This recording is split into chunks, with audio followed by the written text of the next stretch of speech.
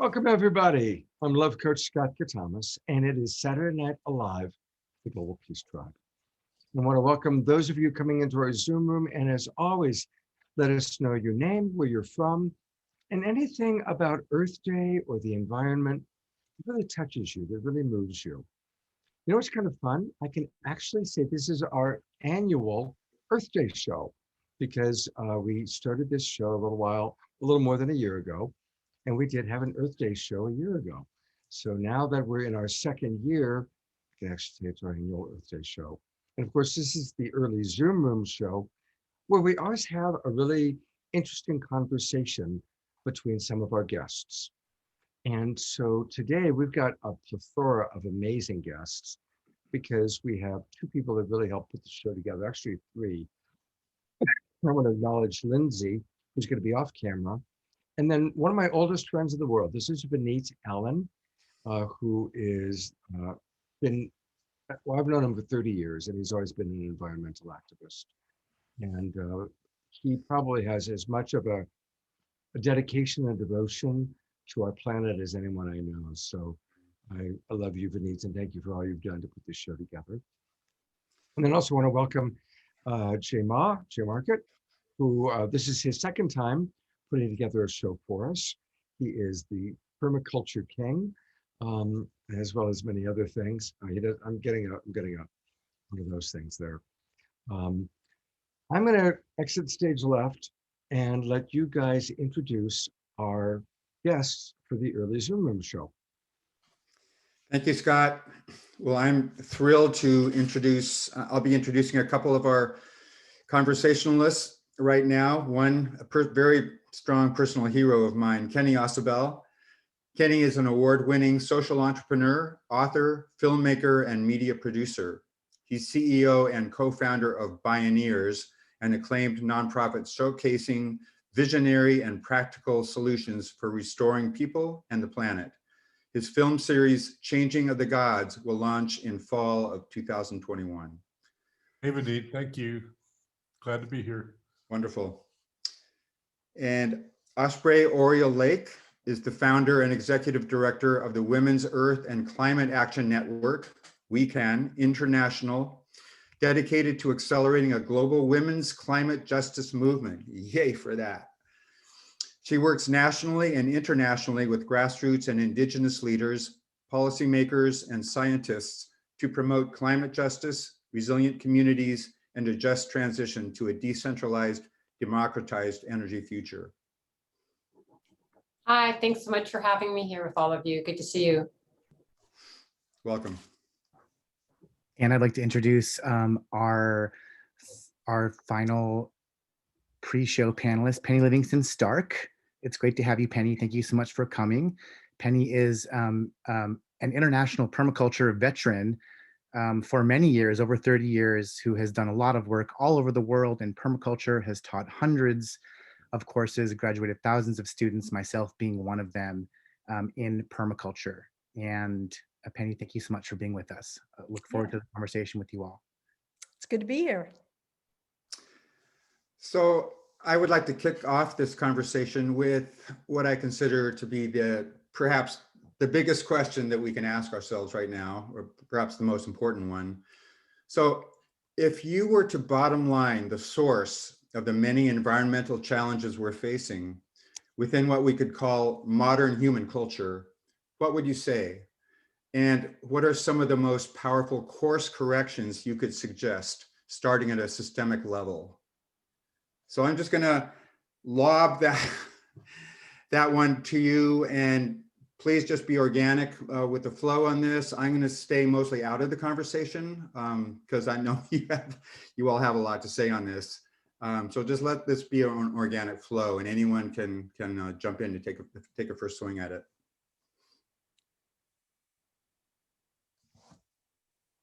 Well, I'll go. Yay, I was hoping Penny, you would go first, Penny. I thought you might. I kind of felt that. I'm sending you.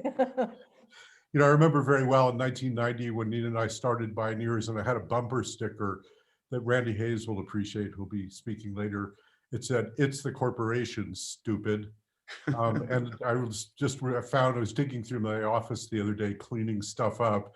and came across one of these bumper stickers, and I realized 31 years later, my God, nothing has changed except it's gotten worse. So I would say that's really the core, the rhinoceros in the room at this point is corporate capitalism, the objectification, commodification of both people and nature. And it's, you know, as Tom Lindsay puts it, the endless production of more. It's just this mindless, hungry ghost that will never be satisfied. And without really so it really comes down to the politics. We have more solutions than we know what to do with at this point. You know, I would also just add a couple of other points. I think I really respect so greatly the work that Osprey does as well. And, you know, patriarchy is at the core of all of this at the same time. That has to change. I mean, women, you know, have got to come into their rights and power, and it's not, you know, and that has to become a structural change fully. And then just also to honor Penny and permaculture. But, you know, we know so much what to do ecologically, just in terms of actual practices of how to be a junior partner with nature. And it's the separation from nature, you know, 500 years ago, really beginning with the Copernican heliocentric theory, the scientific revolution, industrialism, all of that, that this massive separation that we're somehow superior or separate is just absolute, you know, delusion. And so beginning to bring back these earth-based practices to scale. I mean, it's time to go big. There is no other choice at this point. So anyway, that would be my short version. Thanks, Kenny. That's great, because I want to launch off of that to add to that, because to me, it's also our worldview.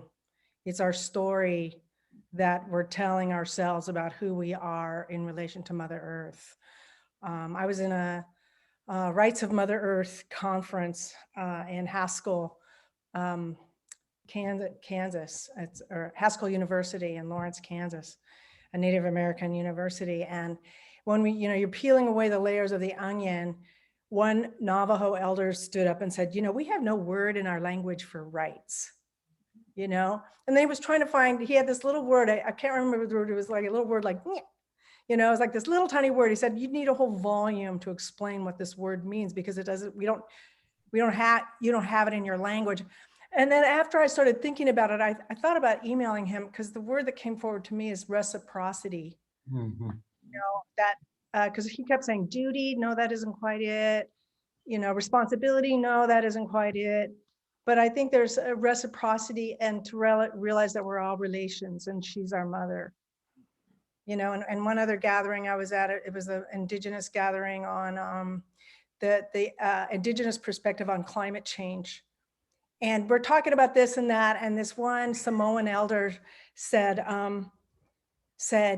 you know, you're talking about this and you're talking about that, and, you know, species extinction and ocean collapse and all these things, but she's our mother. And when he said that, it just hit me in the heart. She's our mother, and she needs our help. And then I started thinking about it, and by every definition of what a mother gives her children, Pachamama, Mother Earth, gives to us.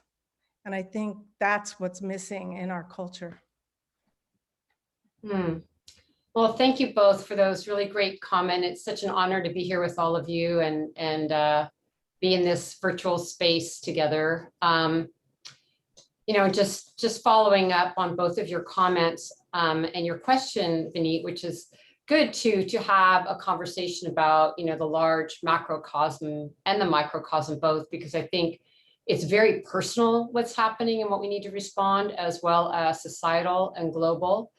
And at the root of it, you know, we're looking at the intersection of these systems where we've been in for a long time of racism, capitalism, colonization, and patriarchy. And they're all connected, these systems of oppression. And I think that's one of the things that we're looking at in terms of solutions, is how do we have an intersectional analysis to look at how humans and this worldview of dominion over nature, dominion over people of color, dominion over the land, dominion over indigenous people. We could go on with this pyramidal structure that has been very deadly and has been going on for quite some time. And how do we dismantle those systems is what we're grappling with when they're the very systems we live within.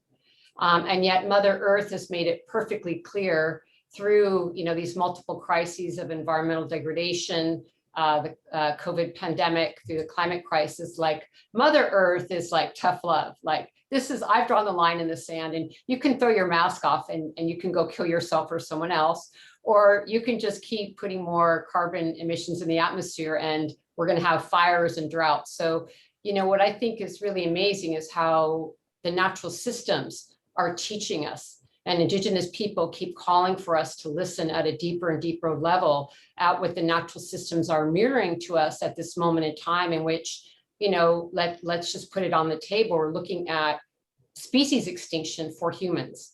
And I think there's nothing short of calling that out. And then just in terms of solutions, I agree so much with Kenny. I mean, there are millions and millions of solutions. I don't think we're having a solutions problem. I think we need to roll up our sleeves and realize that we have to be warrioress and warrior and healer all at once.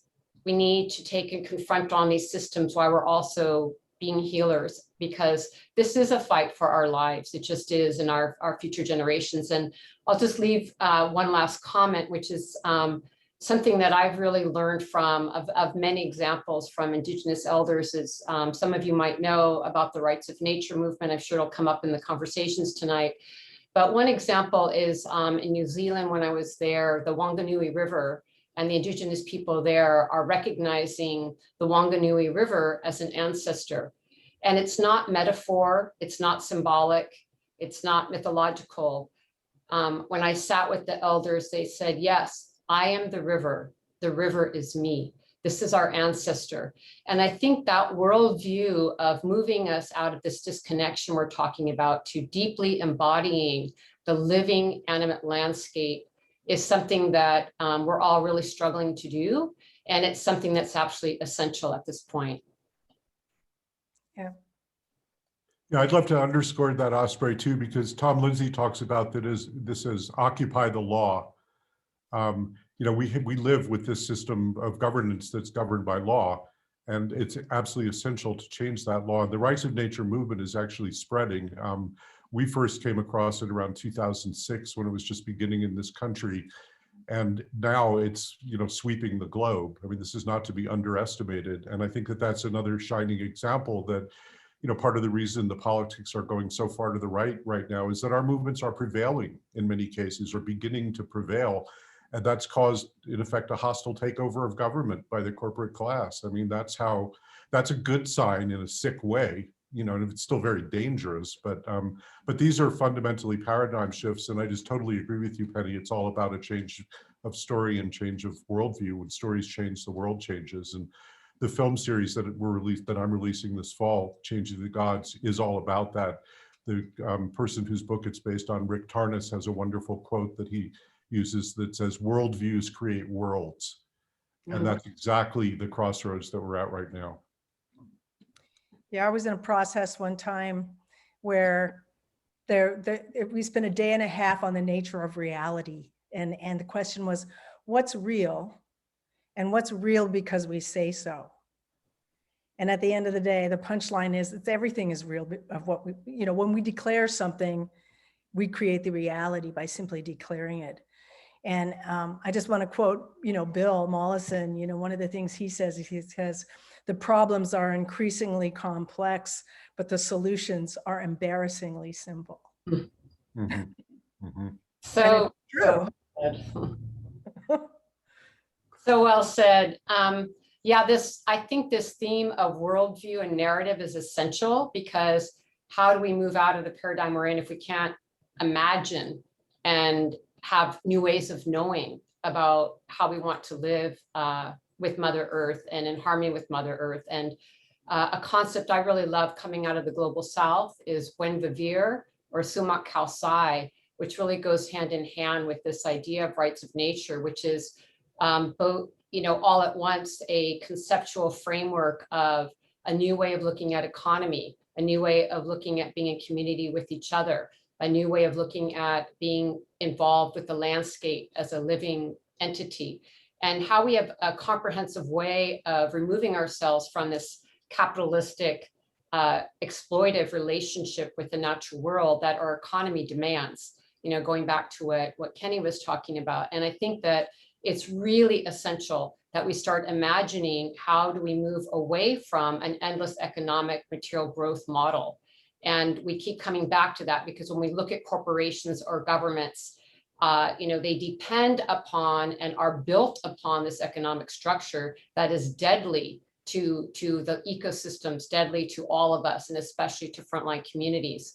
And some of the work that we've been involved in at WeCan has been to bring frontline impacted Indigenous women from areas that have been destroyed through deforestation or through fossil fuel extraction, and creating these delegations where they meet with financial institutions, where they meet with banks, they meet with asset managers, or they go to the governments, like at the UN climate talks. And we're finding it to be extremely transformative to actually bring the people who live in these communities to directly talk to the powers that be and to really trust in transformative dialogue. It's extremely difficult. I won't say that it's easy, but I think also one of the things that we need to do right now is to create more spaces for communication so that we do change people's minds, that there is a chance for worldview transformation. And a lot of that's going to happen human to human, even if we're doing it virtually now. There's nothing like speaking heart to heart and talking to people whose very lives are on the line, or protecting sacred sites or the forests or the rivers or the waters, and reminding us that we all need each other at this really critical moment. So I would also just say that I think we need to dismantle the corporate structures, these financial institutions and governments, by not sort of pushing them aside, but realizing we have to engage with them. Yeah, my question is around economy. When you think about economy, the word, eco meaning home, and nami meaning management. Like the word originally was, the management of our home. And now it's turned into this thing that's kind of like throttling us and the earth. And do either of you have an idea of how to transform the economic structure to be able to, shift the paradigm? Because I think, with the corporate domination is the economy is kind of the underlying piece of this. Well, that's a bigger discussion that we could have for a long, long time. But I mean, what we know is, number one, monopolies have to go. Size does matter. And when you get above a certain scale, it just, it's a loser. It's going to throttle everything else, strangle the economy, basically. So it starts with that, but nobody actually knows. I mean, I'm anti-capitalist, but I would certainly not say I'm a socialist. I don't think anybody has any idea what the next economy looks like, except that it's going to be some kind of a hybrid.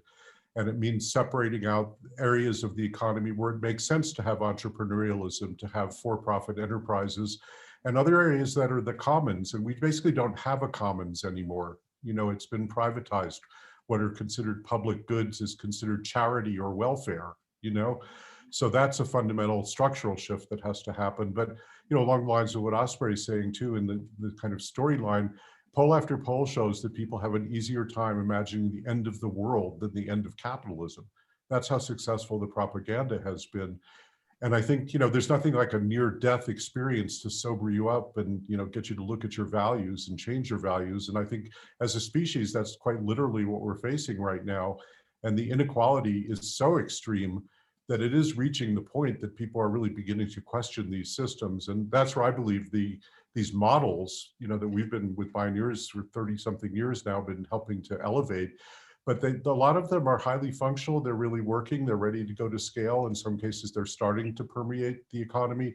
So I think telling the stories and elevating the models, and then actually offering real training on how to, from the citizen level to the, public servant level, policy, politics, people are ready. Everything is broken. That's becoming more and more clear. People are looking for alternatives and for solutions. So I think this is the time to really get in the mix. The matrix is falling apart. It's glitching. I'm struck by the importance of education. Like if everyone was, for example, hearing this conversation, we'd already be in a much stronger position in terms of being aligned and making that happen and moving in the right direction. Yeah, that's going to be the topic of my talk during the after party or the after show, is I was sequestered in Peru for 10 months, and I've been working there since 2015, but we have had these conversations that you're speaking about, intercultural conversations, and they're very, very rich. And I think the more people come together from different backgrounds and different worldviews, that's what I love about the Bioneers so much, is that there's that. But yeah, you know, speaking about the future and things that are important, and food sovereignty with the Quechua farmers and Karo elders and foreigners and people from all over the world, it's a very rich conversation that's alive and growing right now. And I love your question, Penny, about the economy. Even though, as Kenny wisely said, there's no way we can dig in at that level in this short period of time. I would just add that there's one Indigenous group that we work with, and their definition of wealth, how they define wealth, is obviously not around money and how much goods you have or material items, but it is your knowledge of the natural systems. That is your wealth. How well do you know the natural world is how wealthy you are. And I think some of this addressing of the economy is, you know, I've talked to different economists in the work that we do, and mostly, you know, to put it in a very, you know, brief context, is nobody actually knows exactly how capitalism is going to get dismantled, but it will, just by the fact that nature will force us to. And nobody actually really knows what the sequence will be. Yet, you know, the things that I have seen working are small scale, are happening at a very local level, where people are, you know, creating food sovereignty with Indigenous people, the land back movement.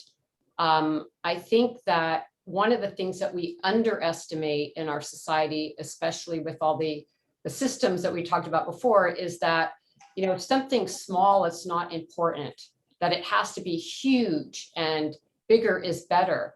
And what I find is that when we work with local communities on the ground, if you add up a lot of the small scale localized solutions they have to economy, to ecology, to food sovereignty, to their own clean energy technologies, if you add up all those localized things, it actually adds up to a big solution to the problem.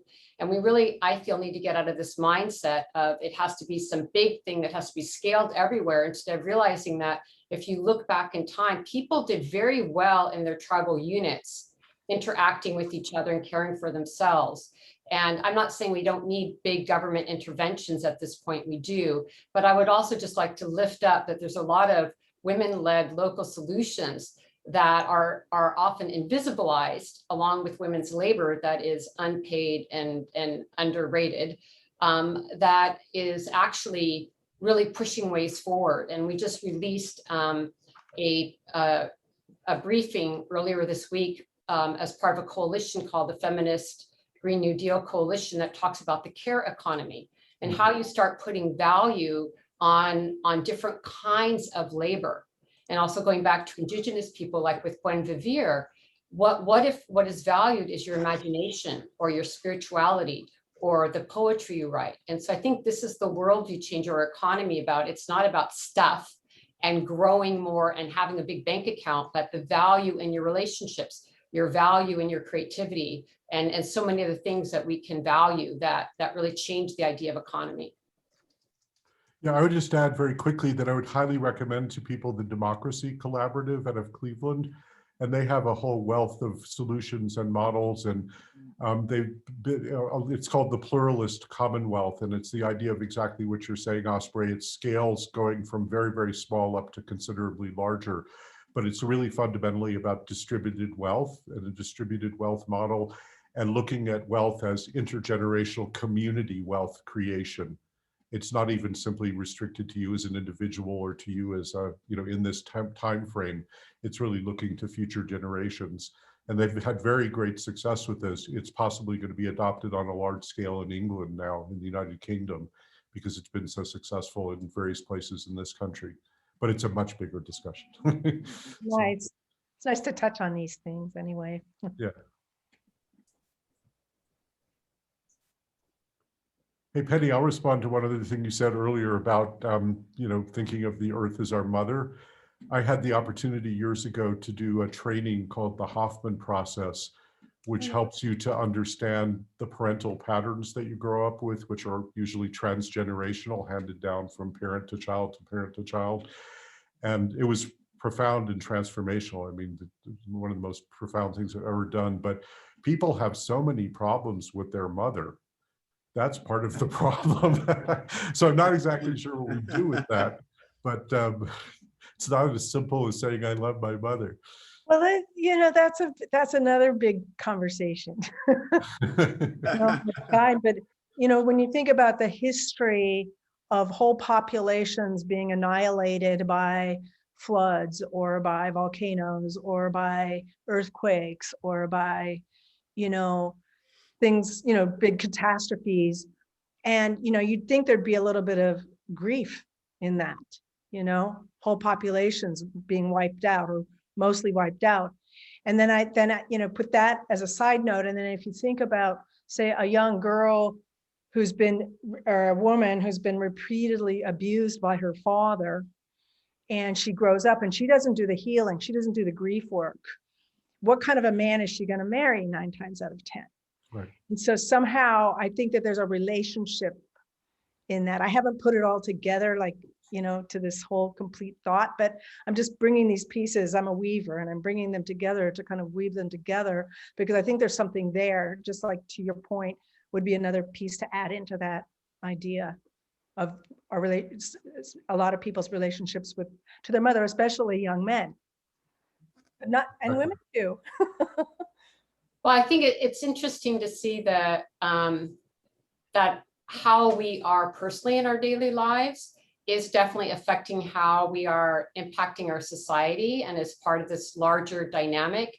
And I just wanted to end, because it looks like we're needing to shift to the next part of the program. I'll just end by saying that, we're in these crises, but I think it's really important to highlight that we're not in them together evenly. And whether it's a female-male dynamic or with, women of color or, I think that we need to understand that, we're not in this together evenly. And it's really important to understand that there are sacrifice areas and sacrifice zones and sacrifice zip codes. And that, as we're looking at these dynamics, we also need to understand that, we really need to care for everyone and that this is not an even situation. Oh, It is true that we've reached that time. There's really dynamic conversation. We could just let's set up a time for just all of us, all of you to come in and continue this conversation. But luckily, we've got about 3 hours to hear from each of you and some other wonderful colleagues of yours. So I want to say thank you, everyone, for participating. And I'm going to get us ready to go live on Facebook. Yeah, I know. I didn't really know what I was supposed to be doing. And it's always important for people to remember to be muted. So Lori Grace, we just heard you. So always important to try and stay muted, everybody. Thank you. Hey, welcome all of our friends in the Zoom room. We've got 127 people that just enjoyed that beautiful souls. And I'm Love Coach Scott Thomas. Please continue to tell us where you're from while I get us ready to go live on Facebook.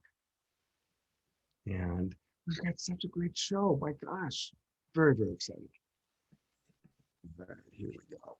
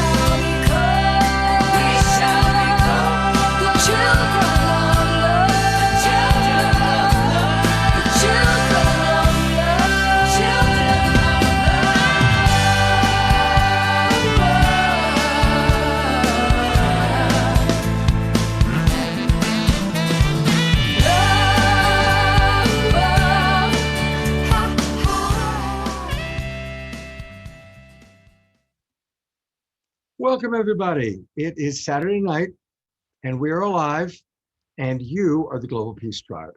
And we've got a really beautiful show. It's our annual, now we can say annual, it's our second year, of really supporting Earth Day and preparing to celebrate Earth Day, which is always April 22nd.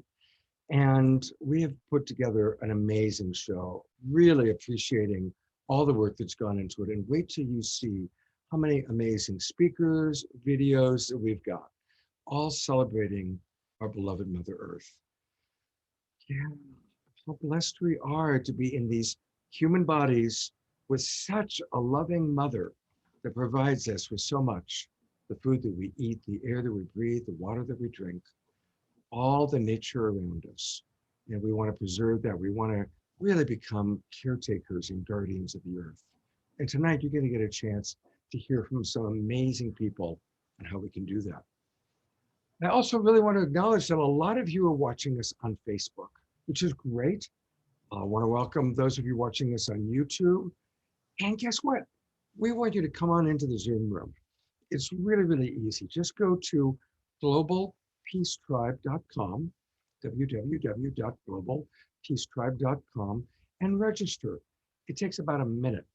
And what's great about coming into our Zoom room is you can chat easily with all the amazing speakers and presenters and musicians that you're going to meet tonight. You can also chat with each other. Also, of course, we then have your email address. Don't worry, we keep it. We don't give it to anyone else.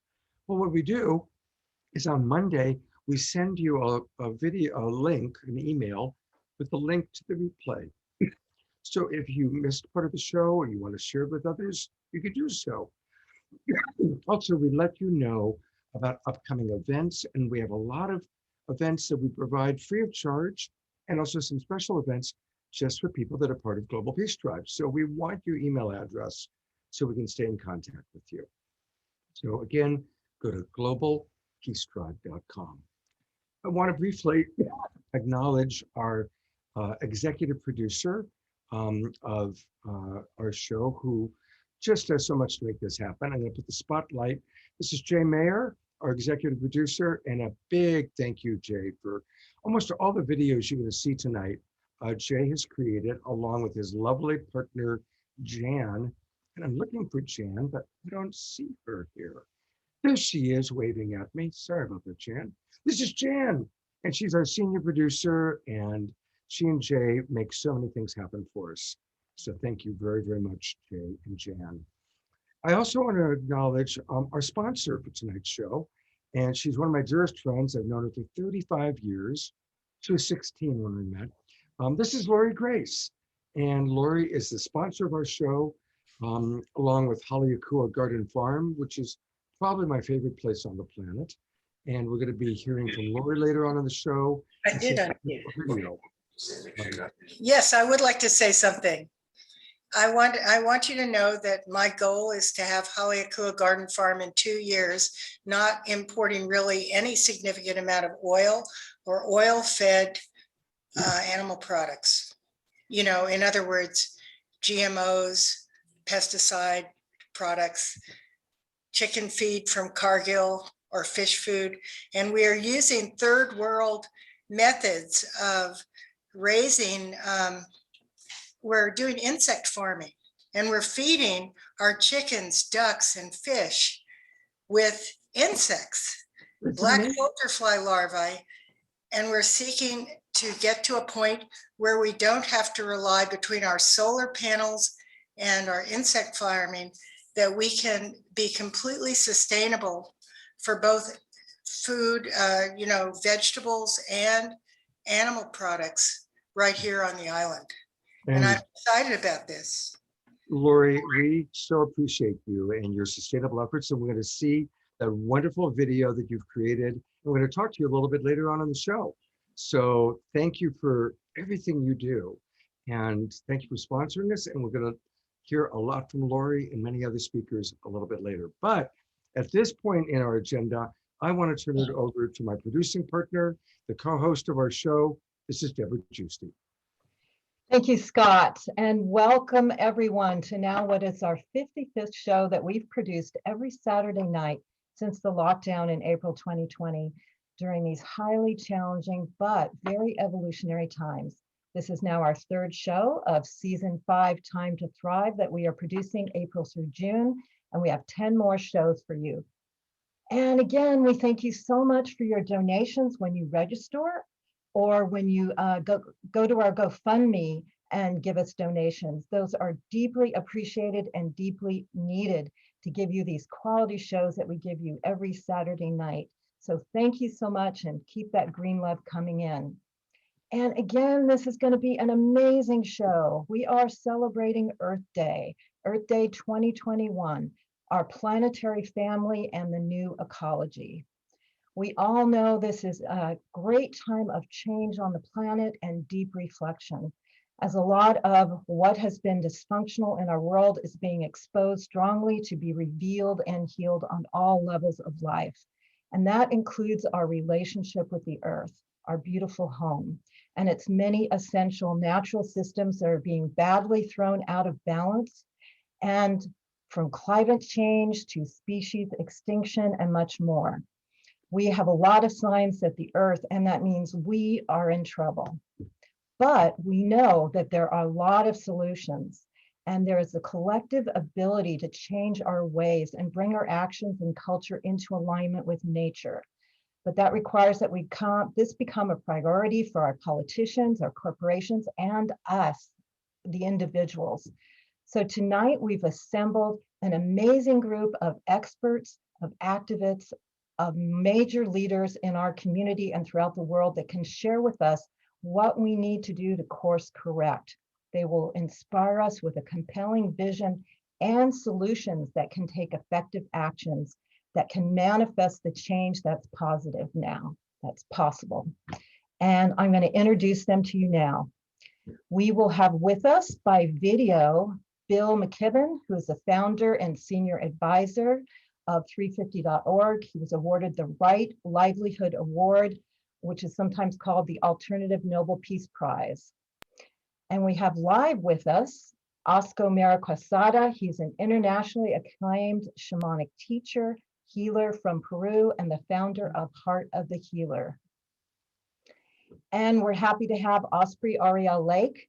She's the founder and executive director of Women's Earth and Climate Action Network International. She works nationally and internationally with grassroots and frontline women leaders, policymakers, and many that help women leadership with climate justice and resilient communities.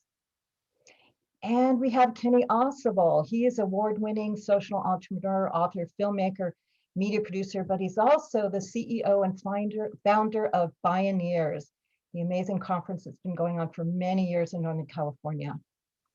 And we will have Randy Hayes. He was the founder of Rainforest Action Network. He's now the executive director of Foundation Earth, a new organization rethinking a human order that works with the planet's life support systems. And we will have Penny Livingston Stark. She is going to be in our after show, so please stick around for that. She's well known for her very strong work with permaculture and is a foremost expert on permaculture. And you know what? It took a moment for me to find they weren't here, but there's Penny. All right, welcome, Penny. Thank you so much for being with us. And there's Randy. All right, Randy's here. He's going to be with us on video later on, so stick around for Randy as well. And we have Claire Du Bois. She is the founder and CEO of Tree Sisters, a global women's movement spanning multiple countries that have collectively funded the planting of over 16 million trees. And we will have Trayton Heckman, who is the founder and director of Daily Acts, an organization, nonprofit dedicated to transformation action that creates connected, equitable, climate resilient communities. And as always, we're going to have amazing music and spoken word. We will have Michaela Gaston. She's award-winning singer, activist, and executive director of the International Cultural Arts and Healing Sciences Institute. We are also having Naima Pennyman of Climbing Poetry. She is a multidimensional artist, activist, healer, grower, educator committed to planetary health and community resilience, and the program director of Soul Fire Farm. And we will have, greetings, Naima. And we will have Shay Freedom, who is a song and a speaker. You can find Freedom activating for fostering youth, human rights, and environmental issues. We also have Marlo Baines, who is going to be representing Earth Guardians. She is a deep listener, lover of nature, dedicated activist for educating and the voices of young people in the quest for social, environmental, and climate justice. And we are going to have Jonathan Ute with his Permy Puppet Show at our after show. So please stick around for that. Jonathan is a catalyst and facilitated shared visioning process to create a place for sustainable living. And with our show, a lot of times we have the opportunity for you to share your green love. What we mean by that, in the power of community, we support nonprofit organizations, and by your donations during the show or afterwards when you get our replay email, any amount that you give, whether it's $5, $50, $500, will go to these organizations that are working so hard to elevate the consciousness and make a change in the environmental movement. And what is best more than the environmental movement to support? And we are going to support this time Earth Guardians. This is an intergenerational organization with youth at the forefront that trains diverse youth to be effective leaders in the environment, climate, and social movement. And what better to support the youth? They are the ones that are going to inherit this situation that we have now with the earth. And we are also supporting Daily Acts, which is a grassroots nonprofit that works with communities to allow the communities to serve the communities in terms of restoring environments. And we will share more about them later. But for now, big magic of the success of Saturday Night Live is the collaborations that we have, that we've created. And this show has been a huge collaboration with Lindsay Morris, who is part of the Saturday Night Alive team, who is very passionate about the environmental movement. And also Vineet Allen, who has been a steward of the environmental movement for 30 years or more, always on the forefront. And Jayma Markets, again, very passionate leader in the community, specialist in permaculture, and runs the Permaculture Convergence every year. So I want to thank you all for bringing this show together. And Vineet, just give you a moment here to share your heart about what inspired you to help us with this. Well, I am an earth lover, and I have been in sustainability education for the last 30 years, and have learned as part of that social justice is absolutely critical in addressing our environmental issues. But I'm grateful to be here and support in any way I can. Thank you. Thank you, Vineet. And Jayma, would you like to speak your heart about your input in co-creating this event? Sure. I am here primarily because you asked me, Deborah, and I just want to acknowledge Harmony Festival.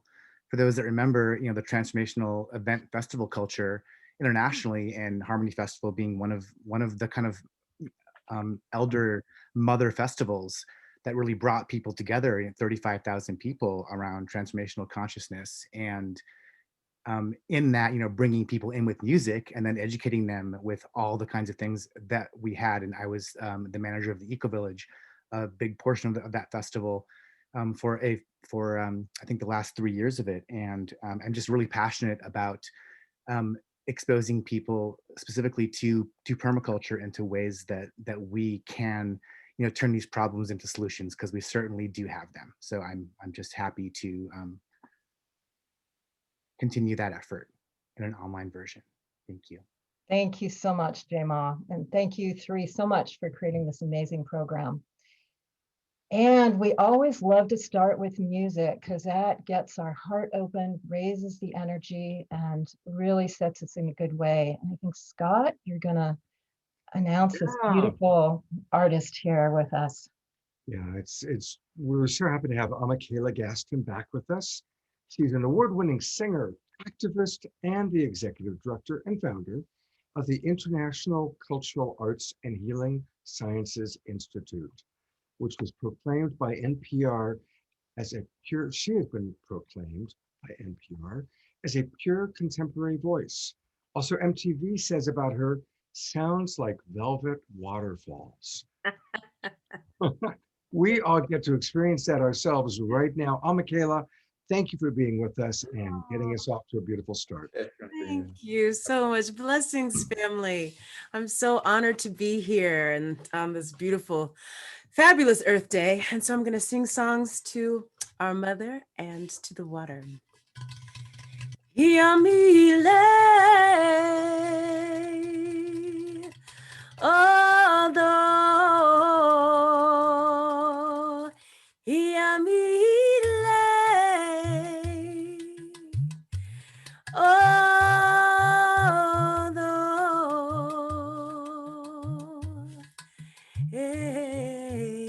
Papa Shai Isembi Saramawoe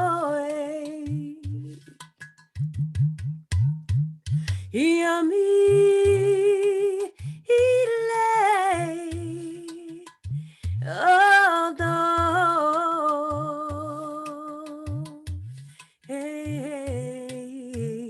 and to the oceans, the rivers, the gentle breeze,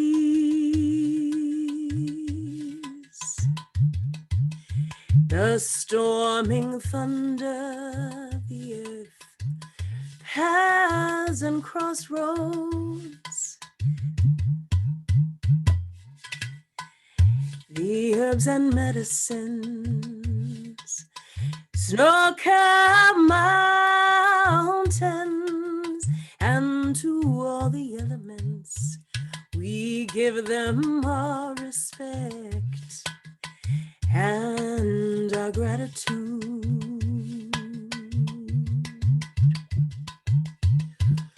To be amongst them by whatever names they might be called or worshipped, our humility is our gift and a birthright, as it is for every human growing as a seed under light of sun and moon, growing as a seed under light of sun and moon. 'Cause the river, she is flowing, flowing and flowing. The river is flowing down to the sea. Oh, mother, carry me, your child I'll always be. Oh, mother, carry me down to the sea. For the earth is our mother. We must take care of her. The earth is our mother. We must take care of her. Yami ile, although Yami ile, although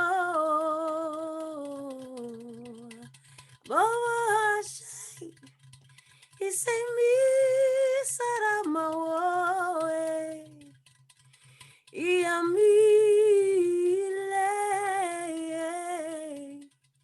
although, which means all is well in my mother's house. Aho, Ashe, Amen.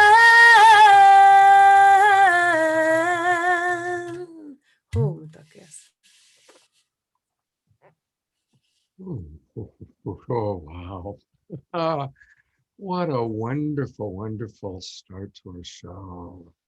Thank you so much, Michaela. Thank you so much. What a blessing to be here. It's Earth Day, y'all. Earth Day, yeah. What you got to say, Earth Day? Okay, I'm good. No, you're more than good. You're great. You're great.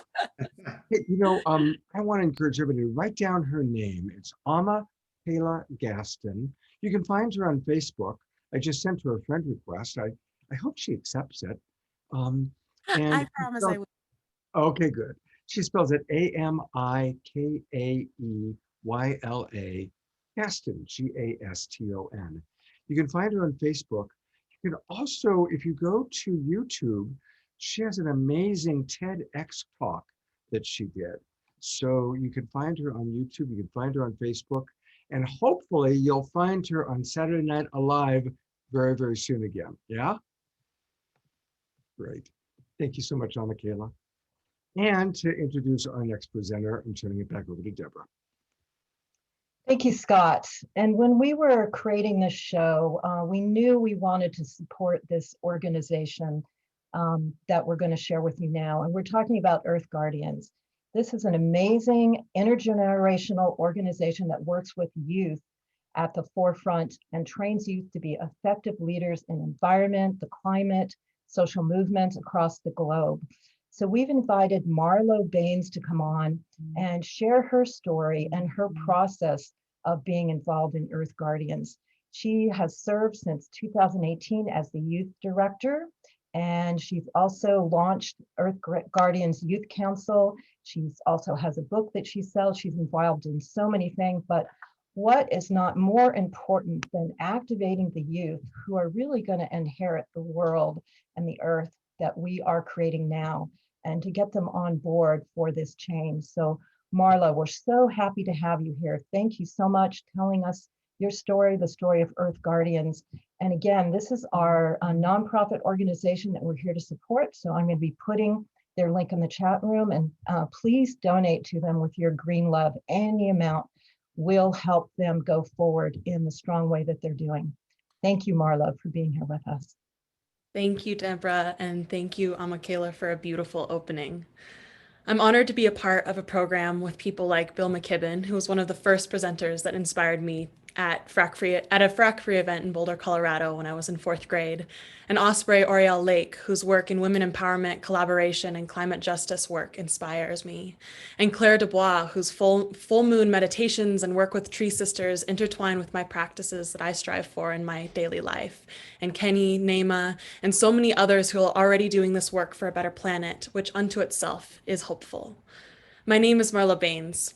I'm located on occupied Arapaho, Cheyenne, Ute, and Lakota territory outside of so-called Boulder, Colorado. I'm honored to be here as Youth Director of Earth Guardians and for our organization to be one of Saturday Night Alive's nonprofit recipients. We appreciate everyone's generous donations. Earth Guardians is an intergenerational organization with youth at the forefront that trains youth to be a diverse youth, effective youth within the environmental, social, and climate justice movements, using art, music, storytelling, grassroots action, civic engagement, and legal action to advance the solutions to the critical issues that we face as a global community. With the support of your donations, our Youth Council staff and crew leaders collaborate on educational and online resources for our Earth Guardians, youth-led, intergenerational grassroots crews that engage in solution-based projects to tackle issues that they identify within their communities. With our reach of over 300 crews in more than 60 different countries doing this work in all of these different areas. When we found ourselves in the middle of the lockdown at the beginning of the pandemic, we had to reimagine what our work would look like. We went from 2019, where we saw tens of thousands of people coming into the streets striking for climate, to 2020, where we saw tens of thousands of people striking for Black Lives Matter. Our Youth Council at Earth Guardians began having these tough conversations, asking the tough questions of what do we need to do to dismantle white supremacy within our organization, within other organizations, and within the movement. This resulted in conversations throughout our organization with adult staff. Let me tell you, these conversations are not easy, but if we can do it, anyone, anywhere can. We began looking at funding structures, decision-making and power. Who has this power? Who has the funding? And how can we just redistribute it into the people, to the people? When we were able to do that, we were able to look at refocusing our North Star, looking at how we can do our intergenerational work to support youth crews and leadership on the ground. We're a truly grassroots organization that is global. So at the beginning of the year, we decided to launch a new program to get financial resources into the hands of our youth leaders to use in their communities. It was called the Project Grants program. What made this program so unique was that Earth Guardians is creating a support structure for our crew leaders to network and share solutions so that they can learn from one another, take what they've learned back into their communities and redistribute that knowledge. As the year progresses, Earth Guardians is going to continue that work through 3 leadership trainings to answer the question of how can we take what we're passionate about and the solutions that already exist in creating a more equitable and regenerative world and collaborate together on a global level to make this happen. Throughout the pandemic, Earth Guardians has come to prioritize the need for collaboration and coalition building, holistic leadership models, and support for our personal and collective well-beings. As we all can probably recognize, we must ground ourselves, find our breath, and allow for fear and anger to transform into inspiration and hope. If I may, I would like to share an excerpt from a poem from my poetry book called A Little Black Book, A Young Activist's Love Story.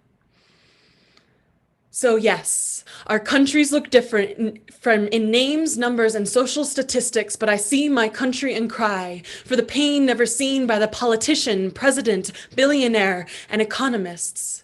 Yes, people are angry and turning words into action, called inspiration, handed as flowers to the girl who feels like giving up in the back of an underpaid teacher's classroom. Systems are failing, and that means renovation. Stop being scared of death because rebirth is a part of a millennia-old system.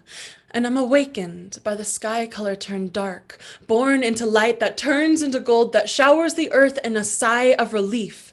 Because emotions are a cycle causing all of us to be human, and nature is loving. So yes, we are waking up in masses of poppy fields that wink black eyes of beauty, interconnected like stars in a far-off galaxy, far on another island. We are different and yet similarly perfect in imperfect cohesion. My country hurts because maybe it has a disease that they don't want to treat, but we, the people, need to acknowledge the trauma, be the blood, nerves, and brain to knit it back together. Our people imagined a country. Now, isn't that lovely? The idea of a competition deconstructed into minds that can change and call for facilitated collaboration. And one day he'll ask me about what I think about politics in my country, and I'll say, our borders are under reconstruction because we've only imagined them, so we can change them, all things being equal. Something so revolutionary that they call it the evolution of consciousness. Isn't that spectacular?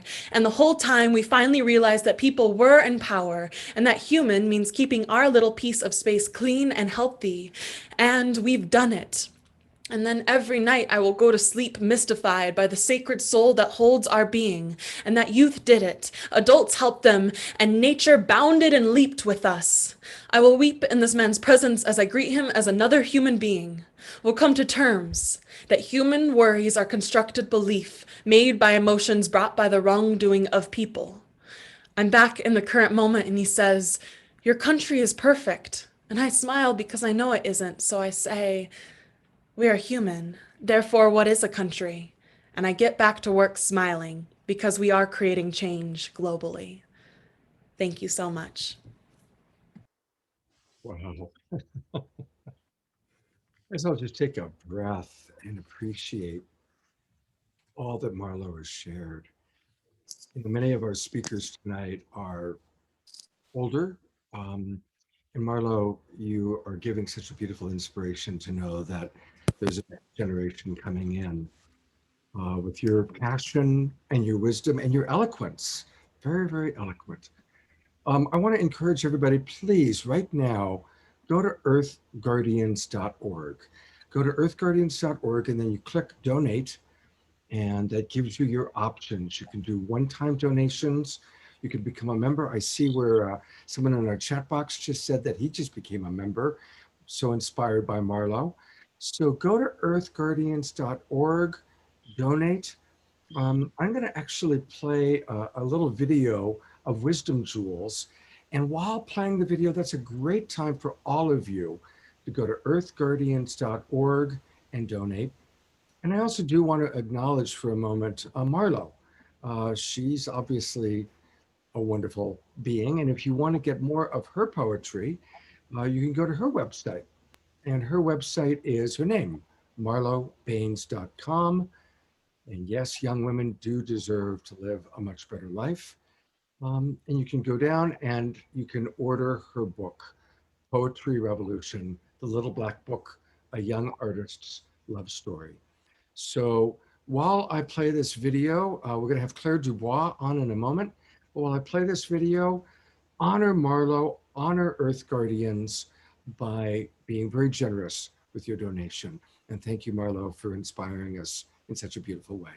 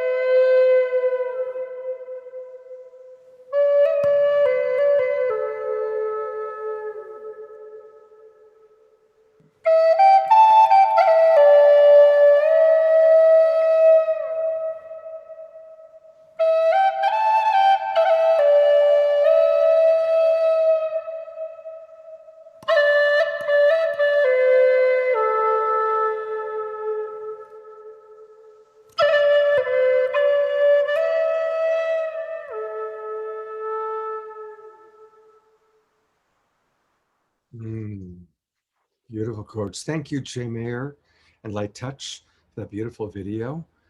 Thank you, Jan. And thank you, all of you who hopefully are donating right now or have donated. And of course, you can continue to donate through the show. And you know, I love to read the names of the people who have donated. So you can always donate anonymously if you don't want your name read. But I really enjoy that. It's one of my favorite parts of the show. So thank you for your donations, and please keep them coming in. And now to introduce our next presenter, it's my dear friend Vineet.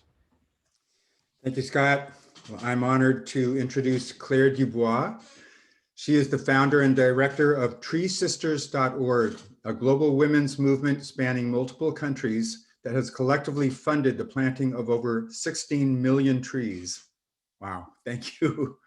Tree Sisters is a social change movement and a tropical reforestation organization working towards normalizing cultural reciprocity with nature. Claire, as you can see, is beautiful inside and out, and also happens to be married to a good friend of mine, Mark Dubois, another absolute hero of the planet. Claire. Thank you so much, Vineet. And Marla, you're a hard act to follow. My God, our planet is so lucky to have your soul here, and let it blaze evermore. I want to talk about metamorphosis. I want to talk about the reality of what it means to embody change. And I want to talk to the parts of all of us that are going, oh my God, why did I choose now to be alive? and the parts of us that are going, oh, thank God I chose now to be alive. Somebody needs to mute themselves. Vinit, it might be you. There's noise in the background. Thank you, love. So there's still noise in the background. So I'm sitting with the invitation to see the act of letting go as a radically disruptive technology of the now. The temptation when we are facing just chaos everywhere around us is to feel like we need to move into a level of action that is commensurate with the apparent disaster that we're in. And yes, action is needed. Action is absolutely needed, and we're all here to be that action. But what if that action needs to arise from a completely different place?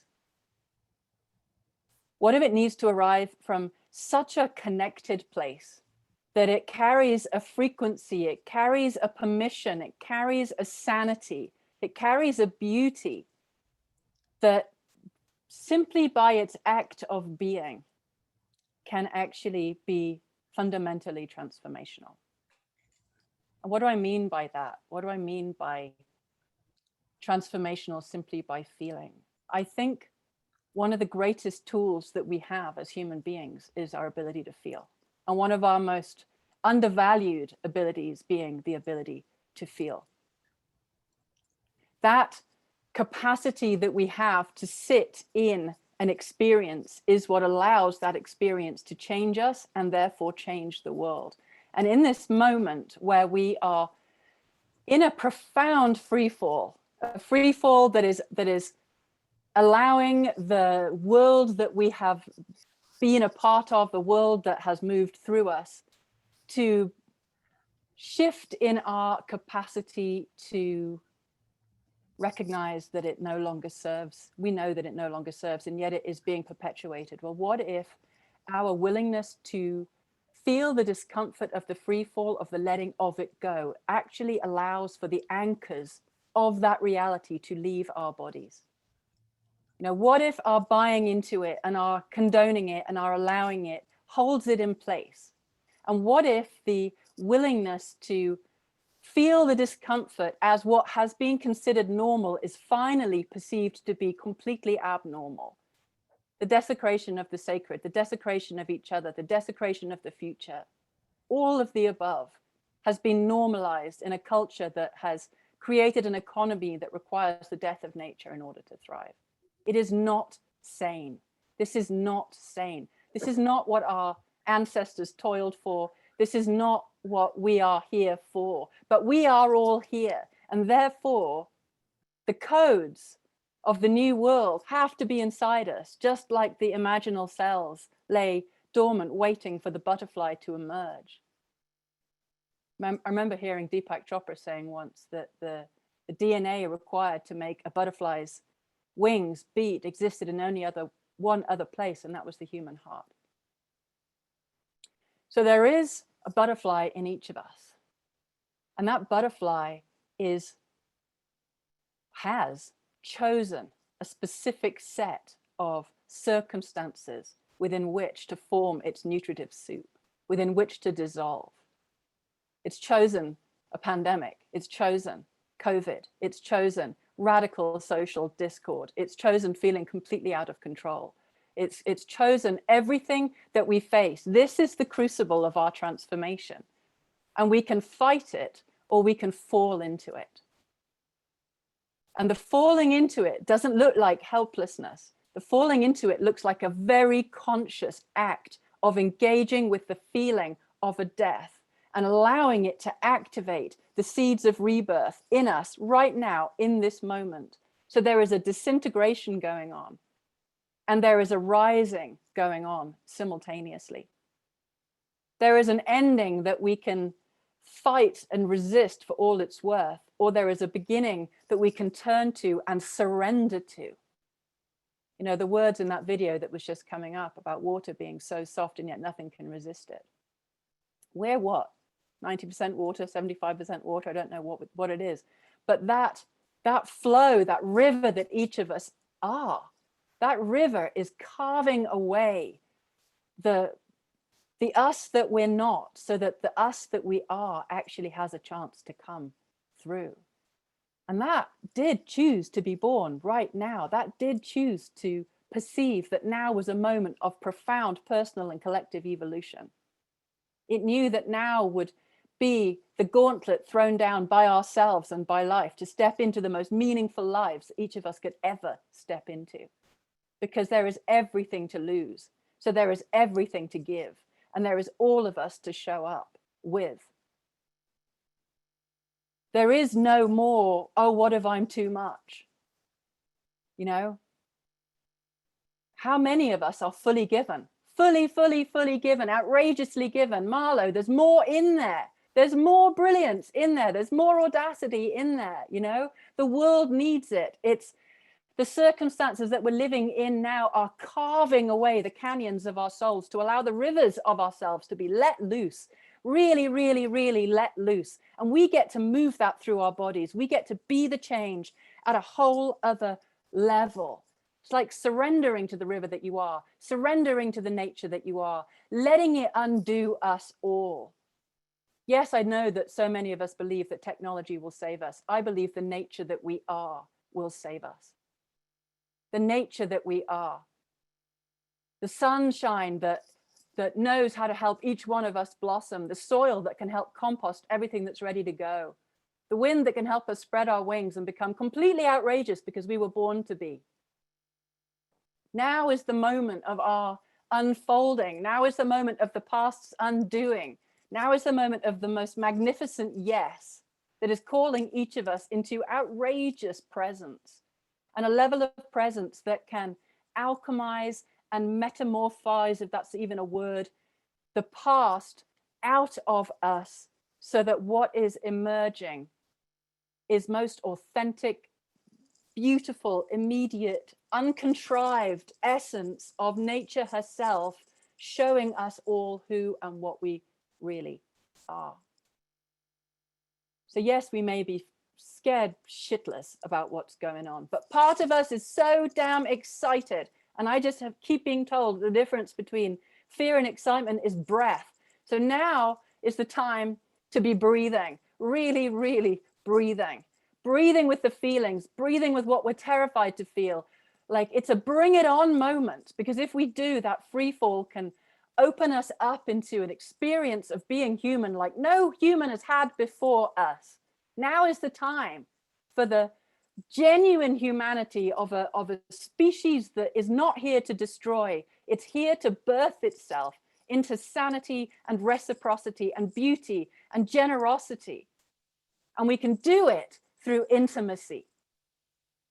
Intimacy with ourselves, intimacy with Gaia, intimacy with the air that we breathe that is the gift of the trees. Intimacy that means we need to be willing to feel it all. We need to be willing to feel it all. And the feeling of it is our undoing and our rebirthing.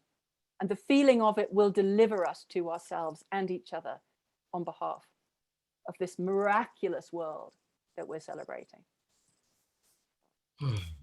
Thank you so much. And I just want people to know, let's show a couple of things. Tell us briefly about how we can grow our own forest by supporting Tree Sisters. Very simply, just feel how much in your life you have received from nature and whether or not now you are willing to give back to nature in a way that cools her down. Go to treesisters.org/give and we will grow forest for you right across the tropical forest belt, from Amazonia and the Atlantic forest of Brazil to Kenya and Cameroon and Mozambique and Madagascar and West Papua and Borneo and India and Nepal. You will be able to have your fingerprints and your generosity on all of those places and all of those people who are living at the coalface of climate change that is not of their making. Endangered species of great cats and lemurs and gorillas and elephants and fish eagles and monkeys and even endangered trees. There is such a simple way to do something measurable in the face of climate change, whilst we are unfurling our wings and while we are figuring out who else we can be. If every single one of us was giving back to restore the global forest purely as an act of giving back to the air that we breathe, cooling our mother, we would be in a significantly different state. So let us grow a forest for you. And I'm so grateful in advance for anyone that chooses to step in and become a restorer in this moment. And again, you can learn more about Claire and more about all the wonderful work she's doing by going to treesisters.org. And when you go there, just add give, and that's what will take you into how you can actually donate. Again, monthly, one time, you can even start a fundraiser. Claire, thank you so much for your passion. Thank you so much for the wonderful work you're doing in our world. Really grateful to you. Thank you. And thank you for my being on pleasure. the show. Thank you. And again, as we digest all this wonderful information that we're getting as we meet these inspiring people, we are going to pepper it with some wonderful videos. Here's a very, very short video, again from Jay, just to help us breathe in and to digest what we're seeing. Thank you for blessing everyone watching this with your best blessings for everyone.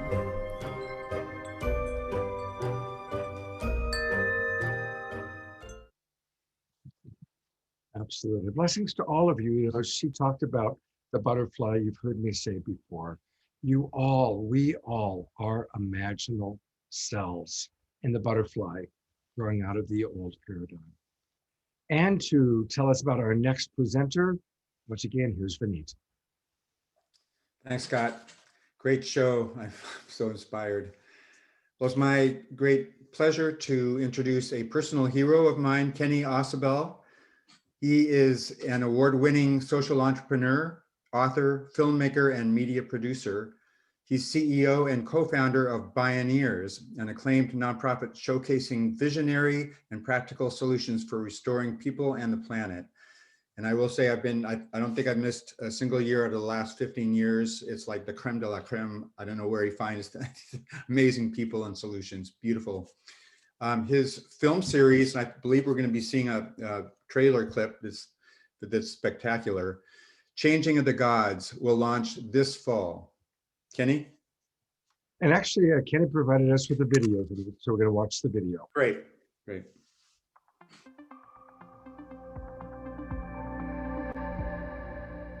Well, hey, here's a shout out to Saturday Night Alive, and I'm so happy to be with you all. Since time is very short, I'm going to take us on a zigzag jag at 50,000 feet. I'd like to share a little bit about intelligence in nature and to expand that to a more provocative proposition. Not only is nature intelligent, but we appear to live in a conscious cosmos. I'm also going to share a short Bioneers video, as well as the trailer for my forthcoming indie film series called Changing of the Gods that more deeply explores these and other topics. When I founded the Bioneers Conference in 1990 with my partner Nina Simons, the basic premise was straightforward. Although humanity was on a collision course with nature and each other, the solutions were largely present, or we sure knew what directions to head in. That's even more true today. The essence of those solutions resides in systems thinking and in nature herself. After all, nature has 3.8 billion years of R&D under her belt and has done everything we want to do without unraveling the biosphere or foreclosing the future. It's a revolution from the heart of nature and the human heart. Early on, I came up with something we call the poem. It's all alive, it's all connected, it's all intelligent, it's all relatives. This is actually very ancient knowledge. The world's first peoples are the original Bioneers, and they knew all of this. First, I want to focus on the idea that it's all intelligent. Since the beginning of the scientific revolution and the birth of the modern mind 500 years ago, science has restricted intelligence only to human beings. That paradigm has crumbled over the past several decades. Today, it's hard to find a scientist who doesn't believe that astonishing intelligence pervades the natural world. Here's a short Bioneers video about intelligence in nature. Scientists are starting to talk like shamans. Shamans are starting to talk like scientists. Over the past 2 decades, there's been a revolution in vegetal biology. Science now shows that plants appear to be sentient beings. They perceive light, smell, water, touch. They can learn, remember, and communicate. They exhibit the traits that we associate with personhood. Experimental science has confirmed that plants can see when you're standing next to them and the color of your shirt. They don't have eyes, but they have the same photoreceptor proteins all over their bodies that humans have at the back of the retina.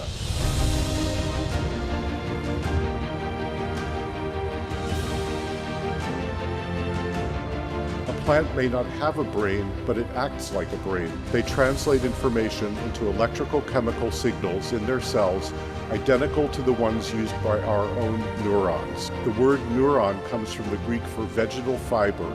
Neurons actually look like the cut of the inside of a plant. What shamans and indigenous cultures have long been saying is increasingly confirmed in scientific research.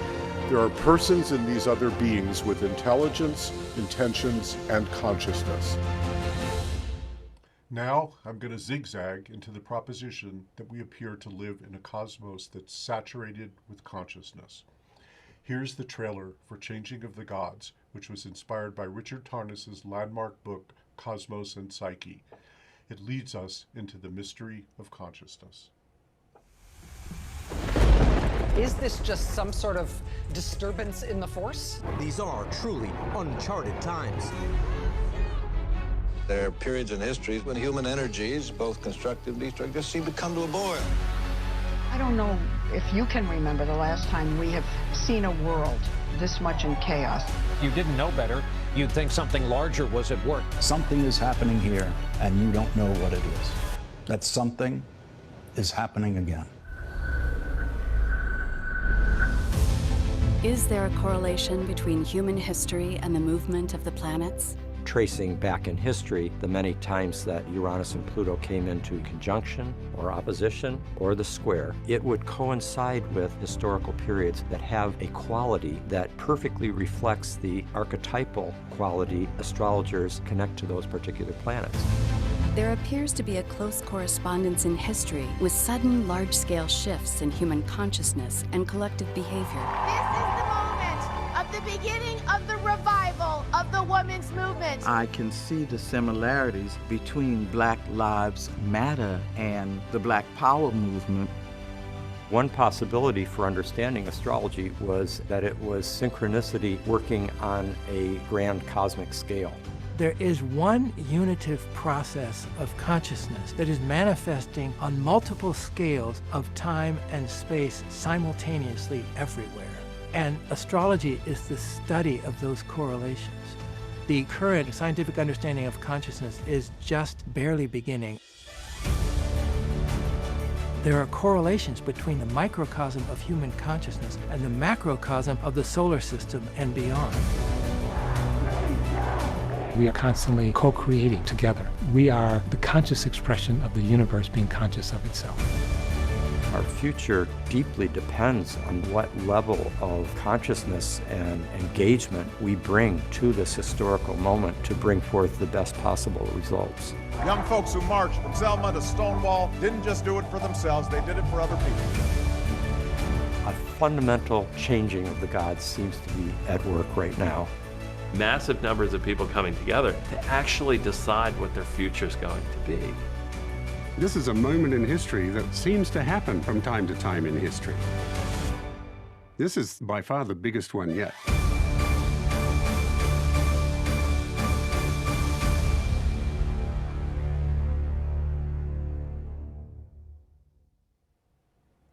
As Richard Tarnas likes to say, worldviews create worlds. Above all, today, we face a crisis of worldviews.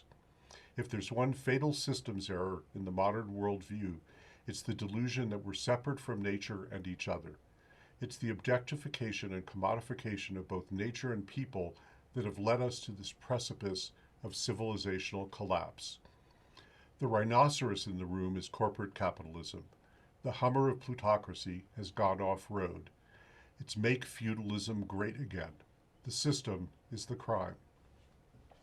One thing's for sure, the twin crises of climate chaos and extreme inequality will keep getting worse fast, and people will keep rising up in ever bigger numbers, demanding and making real change. So, what if in reality we're part of something so much larger than the petty pursuit of profit and power? What if we live in an infinitely interconnected cosmos of unbroken wholeness that carries deep intelligence, genius really, and in which consciousness pervades all of life? That shift in consciousness toward our profound interbeing is spreading around the world. It's the core paradigm shift that will transform how we live on Earth and with each other for the long haul. As a society and civilization, we're being compelled to change our pronoun from me to we. It's high time to expand our view of personhood to the natural world, not to corporations. We need legally enforceable rights for nature. As the deep ecologist and Buddhist scholar Joanna Macy puts it, we're part of a vast global movement, the epical transition from empire to earth community. It's now o'clock. Only immediate, bold, and transformative action will enable us to make the leap across the abyss. Initiatives that may have seemed radical or impossible not so long ago now appear within reach. Our movements are starting to prevail, which is why the corporate class has resorted to a hostile takeover of government. Tom Hayden put it this way: if we appear to seek the unattainable, then let it be known that we do so to avoid the unimaginable. The best way to predict the future is to create it. All power to the imagination. Thank you.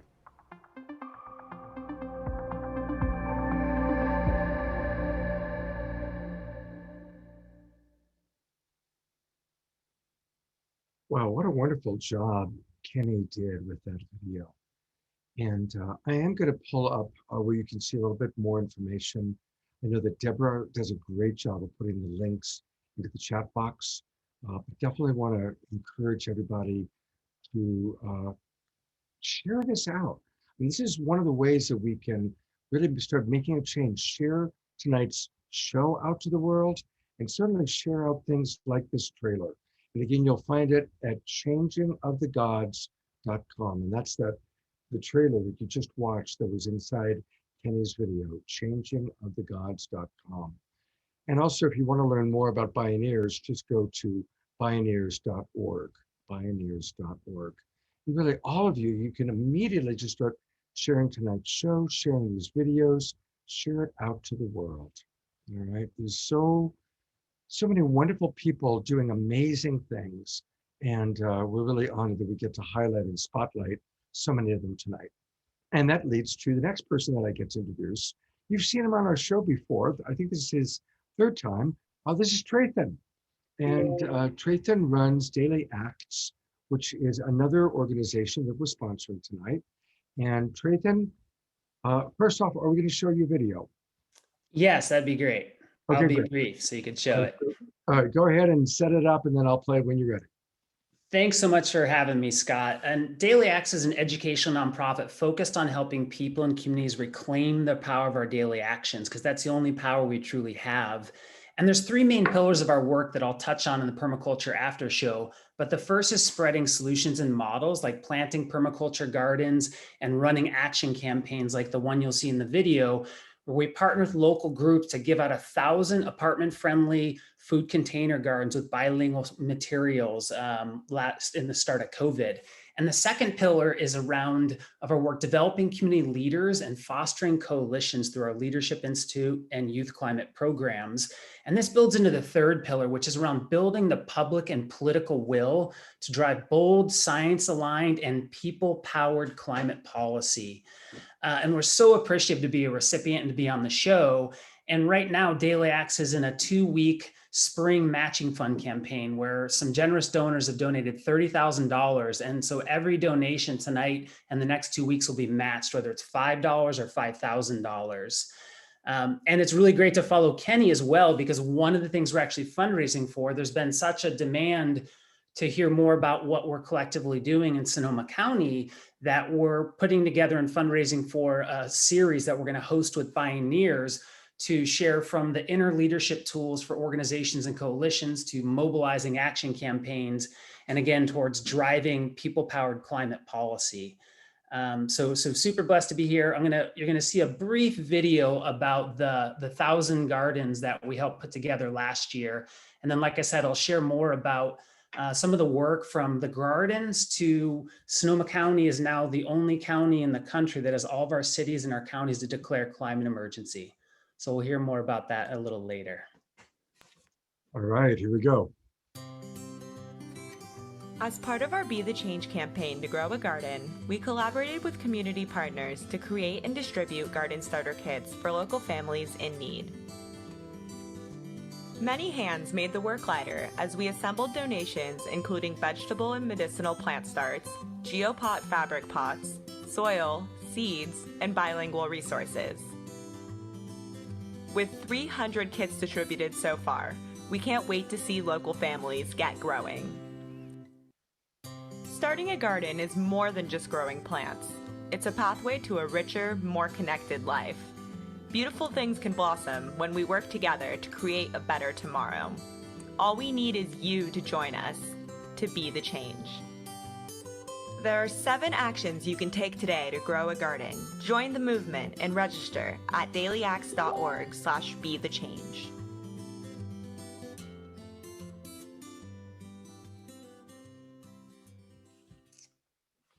And that isn't an active campaign, but it's an example of one of the action campaigns we run. Fantastic. And of course, you're going to be on we've got this wonderful after show planned, permaculture after show. And so we're going to learn a little bit more about you then. But I do want to take people one more time just to your page and go to dailyacts.org, dailyacts.org. And that's where you can learn how to donate. And if you click the donate button, you have all sorts of options as to how to donate. Like he said, if you donate, it's going to be matched. So now is the time to support Daily Acts. I know we're asking people to, support a lot of organizations tonight. That's because there's so many people doing such amazing work. And you're certainly one of them. Thank you so much, Drayton, for all that you're doing and all of the people that you're working with are doing. Thank you so much. Thank you. And, while you're donating, I'm going to play another video, again, created by our friend Chair Mayor. And it's, it's a reminder for us to just really enjoy our life and to be grateful for all that we have. So I invite you to donate to Daily Acts and to enjoy this video.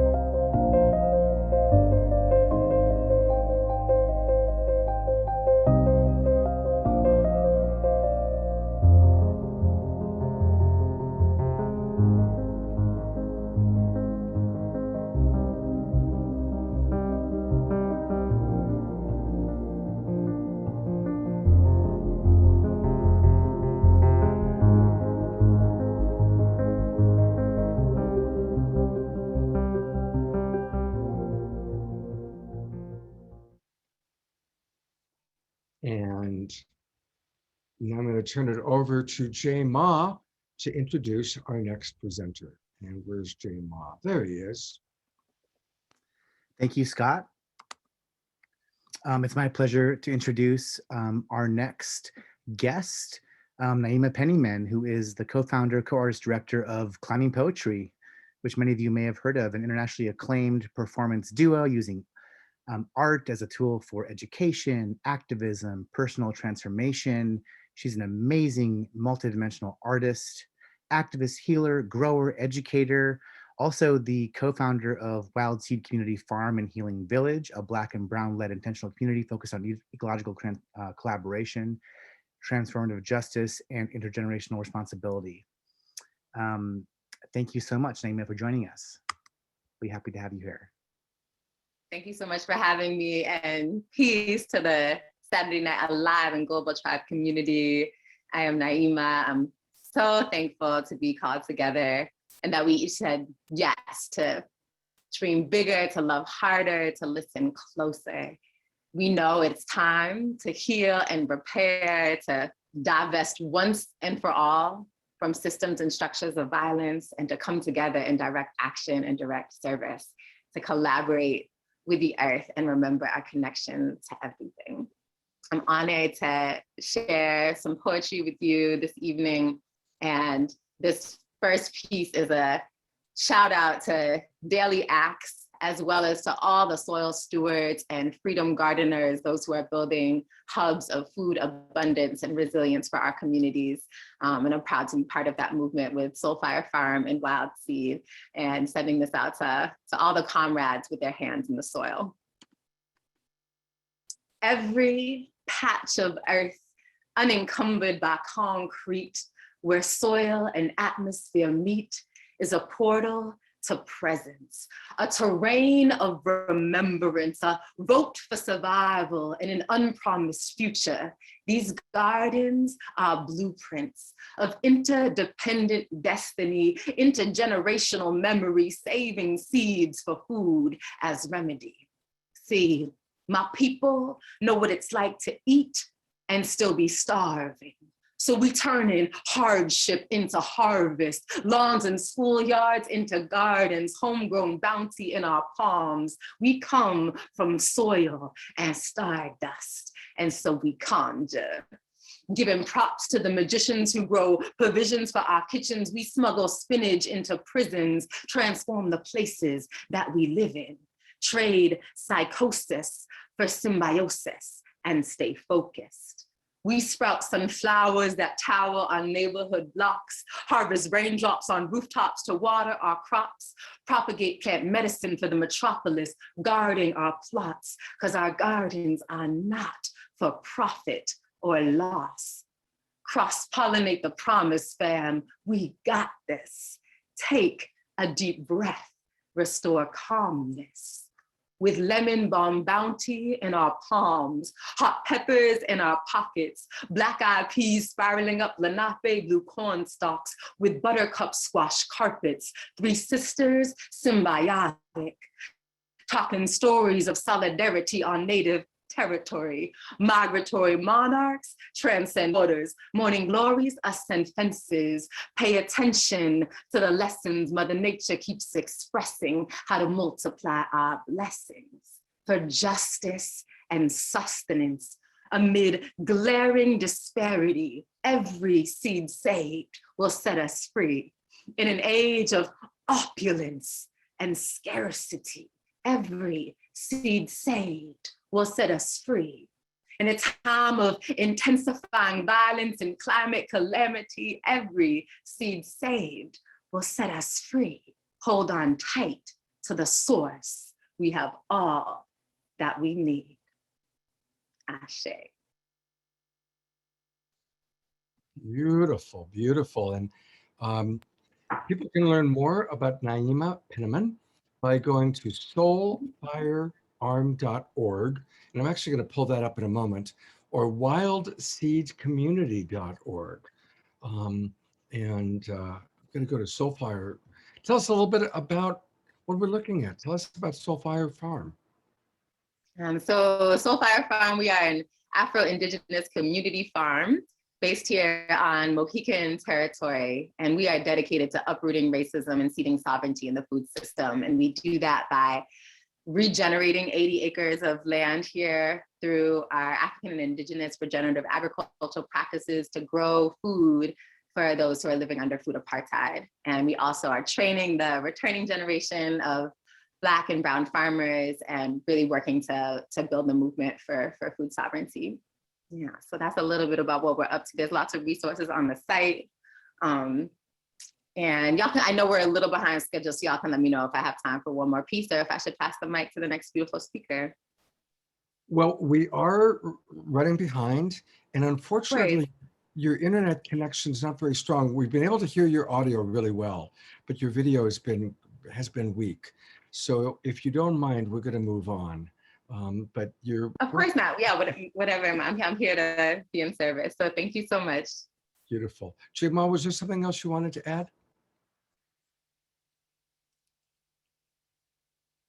No, just a big thank you, Naima, for your beautiful words and for your embodying all that you are, particularly on the ground when your farm is Soulfire Farm. Rock on. Yeah. Thank you so much. Thank you, Naima. Thank you. All right. And here's we need to introduce our next speaker.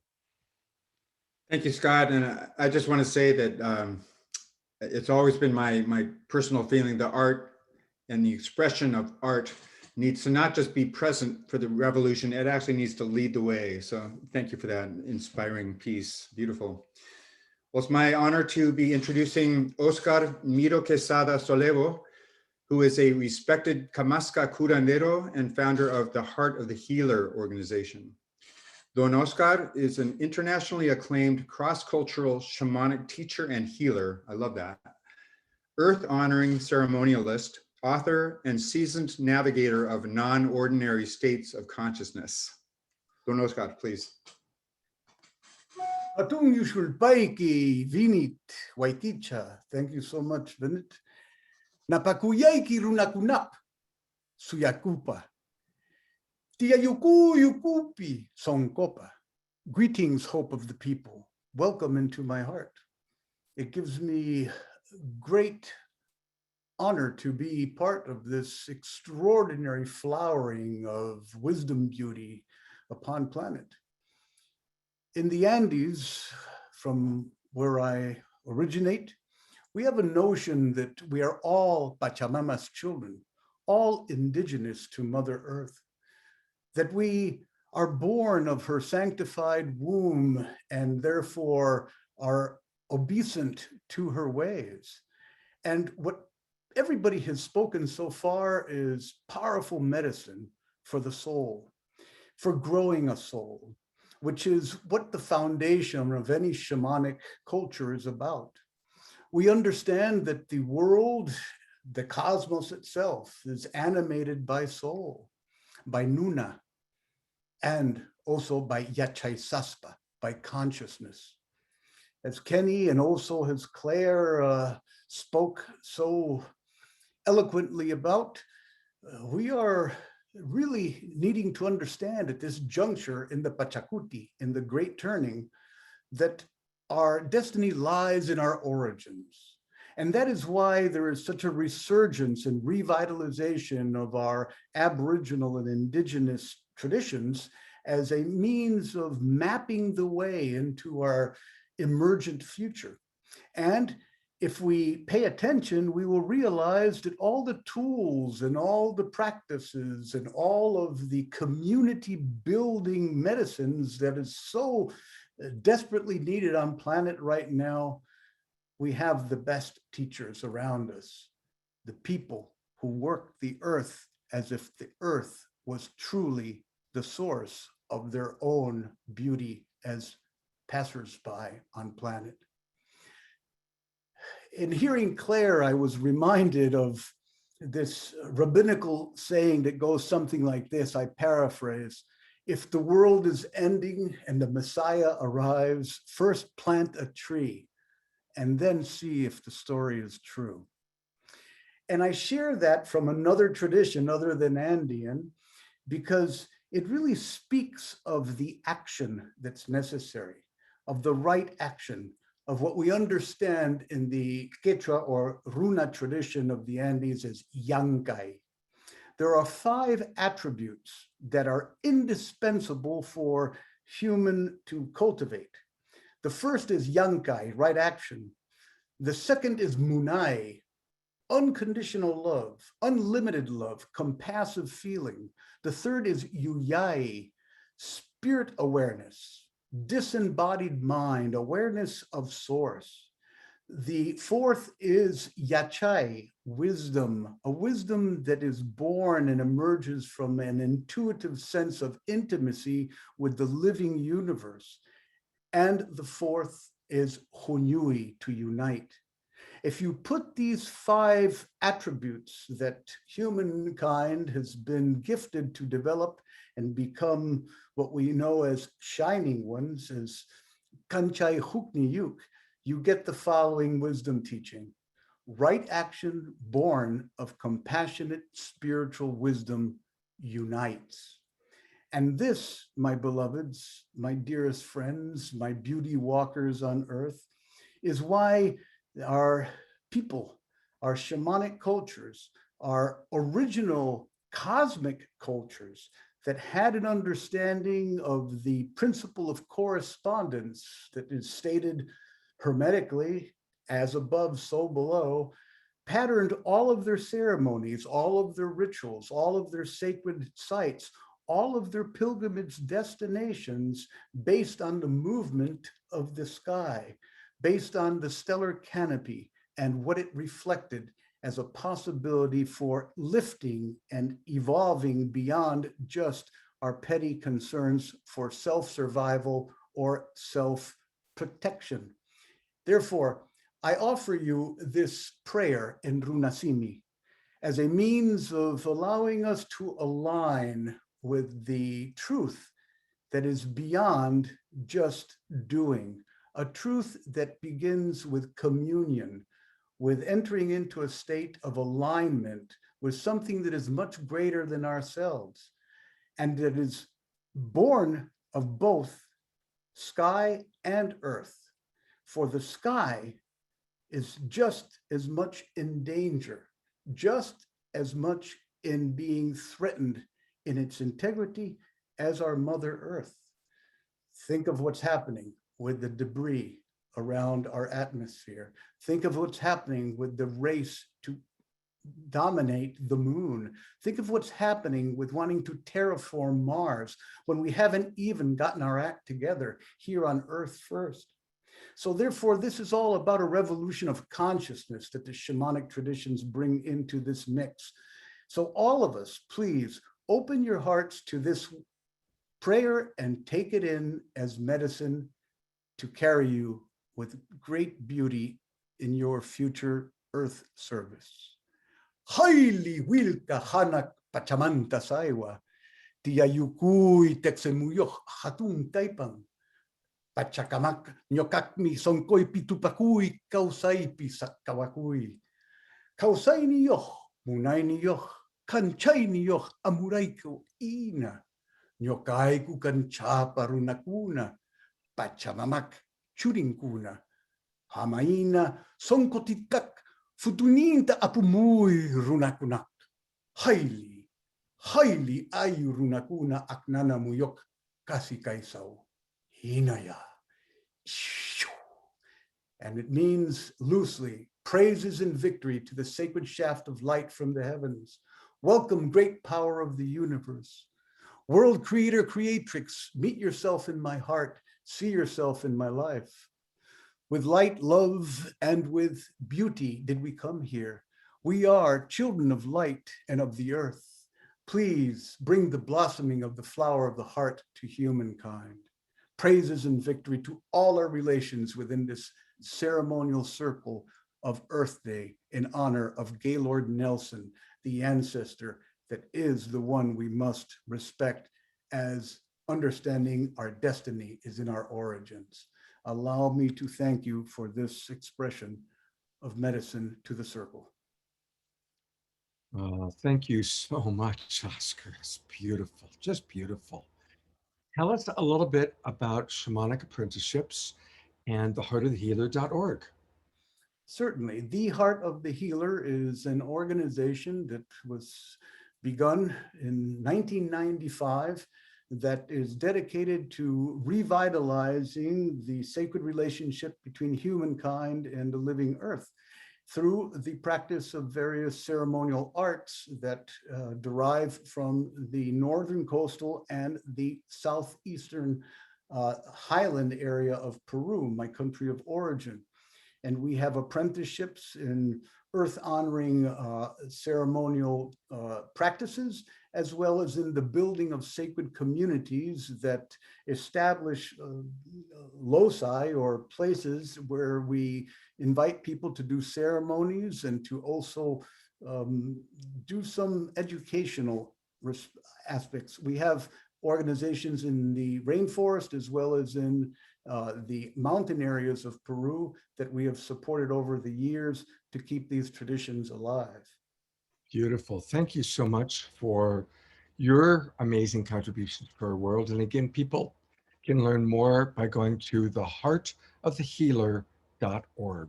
Theheartofthehealer.org. Remember the trees. Thank you.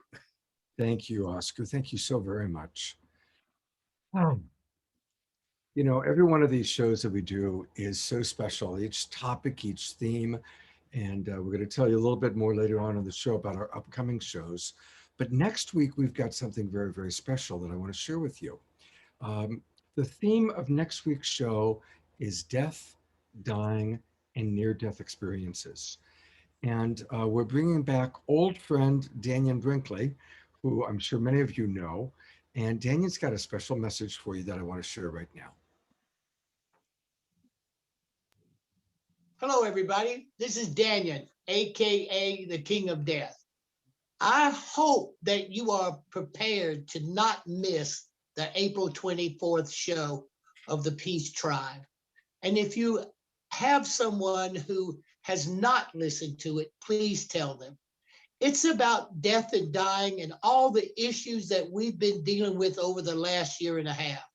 A lot of us know people who are in transition. A lot of us know people who transition, and a lot of us know people who are looking at transition. So what do? What you do is you make sure you don't miss this program. So you acclimate yourself to the reality of transition. I am an expert in death and dying because I have been in palliative and end-of-life care for more than 42 years. And I've been dead so many times, it's like a comedy routine. So not only will I be able to answer my questions and the questions put to me, I will also tell you this. I will give you a technique that will help you communicate with someone on the other side. And if you use this technique, you will understand exactly how it's working so it works for you. And see you again Saturday night on April 24th. Don't miss it. Love you. Yeah, we love you too, definitely. Thank you very much, Danyan. And we're going to hear a little bit more about next week's show. But listen, here's the deal. Danyan's going to take people on a really special experience. And as you know, we only have like 8 or 10 minutes for people to speak. So what we're going to do is we're going to dedicate next week's early show, that's for the people in the Zoom room only, to this private conversation with Danyan, where he's going to show us how to connect with loved ones on the other side. Because that's going to take more than 10 minutes. So next week, April 24th, the early Zoom room show is going to be dedicated to Danyan taking us on this experience. So what does that mean? It means you all want to make sure that you've registered so that you get the link, the Zoom room link, and make sure you join us at 5:30 p.m. next Saturday night, April 24th. And if you haven't registered, do it now. Go to the globalpeacetribe.com and register. And to encourage you to do so, here's another wonderful video by Jay and Jan.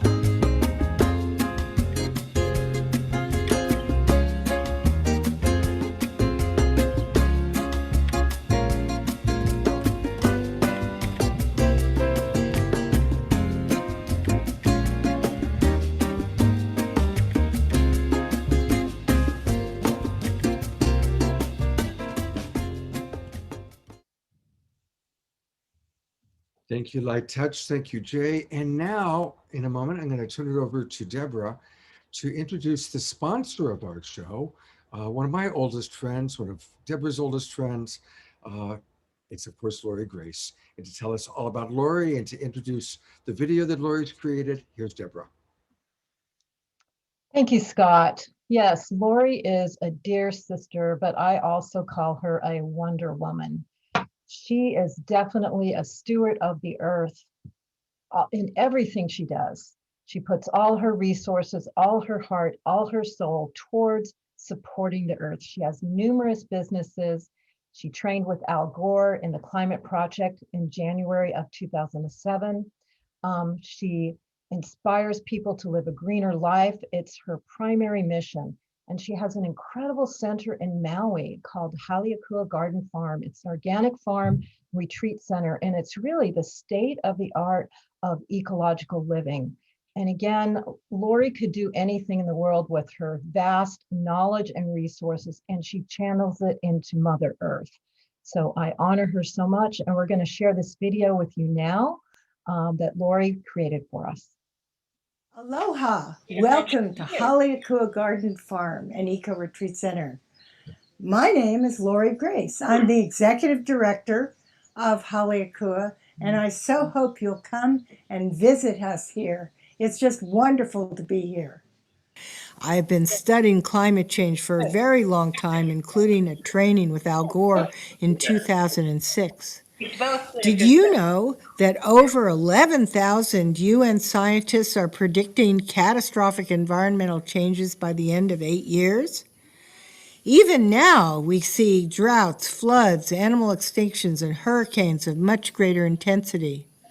As I have learned this, I've thought long and hard about how to create a sustainable farm and eco-retreat center at Haleakua that will hopefully survive these upcoming changes. Right now, there are many features to Haleakua Garden Farm that make it sustainable. One of the many things we are doing is growing electricity. We have solar panels in many places on the farm and more to come. We are also a certified organic farm, and we are seeking to become sustainable within the farm itself. We are seeking to grow our own certified organic food for both ourselves and our fish, ducks, and chickens, and have some extra food to sell to others. We are also seeking not to have to depend on freighters and airplanes to deliver our animal food and farming supplies during the coming decade. Animal and human food prices are already very high in Maui because 80% of it has to be shipped in by freighter or plane. As oil becomes harder to obtain, prices are likely to go up even more. This is very challenging for people who live here. So, as I said, we are seeking to raise some food for ourselves and all of our ducks, chickens, and fish right here on our property. And we hope to be fully successful in 2 years and to teach others who are interested. To that effect, we are raising also many moringa trees, which are very hardy and whose leaves are comprised of 42% protein. We are using them to feed all of our animals and ourselves in very healthy ways. And we are also raising and breeding black soldier fly larvae to feed our ducks, fish, and chickens, which love them and grow very quickly on them. They are also about 46% protein. We have run some blindfolded taste tests comparing our tilapia and our eggs with store-bought tilapia and eggs. In all of our tests, the blindfolded participants voted for our fish and our eggs. It is important to note that the tilapia we are seeking to raise are one of the most organically farm-raised fish in the United States. Most of the non-organic commercial fish and chicken food farmers feed their animals here in the U.S. contains genetically engineered food, GMOs, and glyphosate, the main ingredient in Roundup and other herbicides. We want to eat healthy fish, free of chemicals and GMOs. Additionally, We're seeking to raise these very healthy fish because many ocean fish are contaminated with mercury and plastic and are also being overfished, leaving seals, sea lions, sharks, whales, and dolphins struggling for adequate food. We want to shift public demand away from ocean fish to healthy farm-raised fish. And to power all of our 3 large vehicles, we use biodiesel made by Pacific Biodiesel, a local company here on Maui that produces fuel from restaurant waste oil. Our islands are spared 86% of the greenhouse gases that would be produced if our vehicles used gasoline. We're so happy to support a local business. And speaking of air, we have some of the best air in all of Maui because we're right next to a 150-foot waterfall and cooling, gentle ocean breezes flow over our property, filled with negative air ions. In addition to being a farm, we are also a community event center. Our neighbors and friends can hold events here, all within COVID-19 safety rules. So we host yoga classes here, qigong, sound healings, new moon ritual events, and special classes on many topics like permaculture, organic farming, biochar, and conscious birthing. We are also an internationally loved retreat center where retreat leaders can teach retreats on a wide variety of subjects. We have a 60-foot saltwater swimming pool, a cedar sauna, and 3 hot tubs, one of which overlooks breathtaking views of 30 miles of untouched Maui coastline. And we also have a community store where visitors can buy organic food raised right on our farm. Every room booked here has either a private kitchen or a shared kitchen that our guests can use. There is a great sense of teamwork among our staff because they are all trained in compassion communication, a system developed by Marshall Rosenberg that has spread peace to many places in our world. And for retreat leaders and visitors, we have a wonderful list of local caterers, licensed massage therapists, and coaches that people can book with. We have such a variety of rooms at Haleakua, even like the rooms right here, right beside the pool. The lotus, the garden, the pool, and the pond, right above a gorgeous kitchen. And we do special deals on some of these rooms, and sometimes others. Be sure to call us at 808-572-9300. Aloha. You didn't use my last one. And you know, wherever Lori, you're on camera, and the world is watching you, Lori. Lori, the whole world is watching you talking to Donnie right now. Right. I thought it was a wonderful video, and I didn't see it fully until now. So I just had to share some excitement with Donnie, who sits beside me. Well, thank you for really creating such a model of sustainability. And I've got Deborah and I are both on camera with you right now, just kind of sharing our appreciation. And of course, it makes me envious because Haleakua is one of my favorite places on the planet, as you know, scores of times, and look forward to going there again. Great. And for people that are interested, is it best for them to then call the number, or is it best for them to reach through the website? What would you prefer? Well, we have lots of ways of coming to stay with us. We are on Airbnb and VRBO for really more of our expensive rooms. We have website rooms that are nice and more moderately priced. And then we've got our more bargain rooms where you have to call.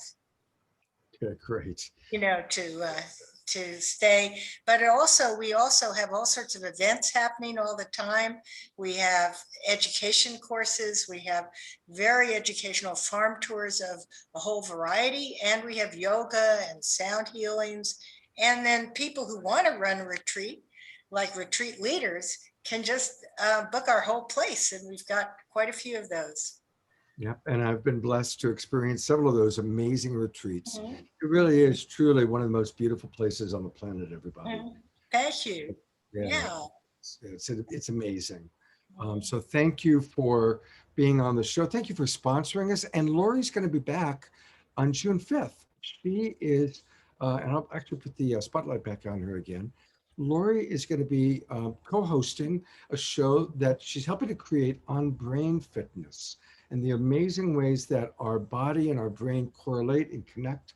We're bringing in some of the top doctors and leaders. So thank you so much, Lori, for all that you do to make life better through anti-aging education, through Haleakua, and of course, your incredible love of Mother Earth. Thank you so, so much. My pleasure. Okay. Mhm. All right. And now we move forward with the next part of the show. Here we go. Sounds like I can head it up there.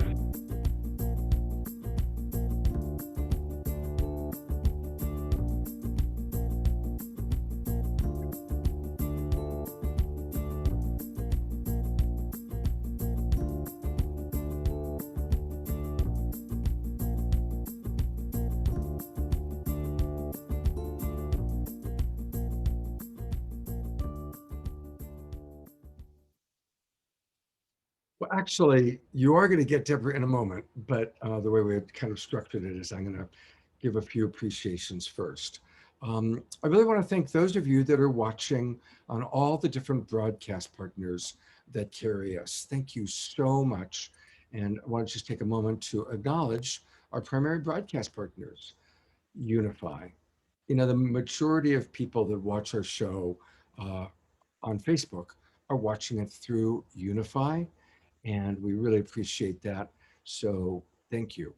Also, we show up on about 100 different groups and pages because of the Sign Network. So a big thank you to John and Summer Raymer, our friends at the Sign Network. I also want to acknowledge Alan Steinfeld and his YouTube channel, New Realities. And in fact, Alan is going to be my guest on Straight Talk next week, and we'll talk a little bit about that later. Of course, Light Touch is our ongoing sponsor, and they really make this show possible. Thank you.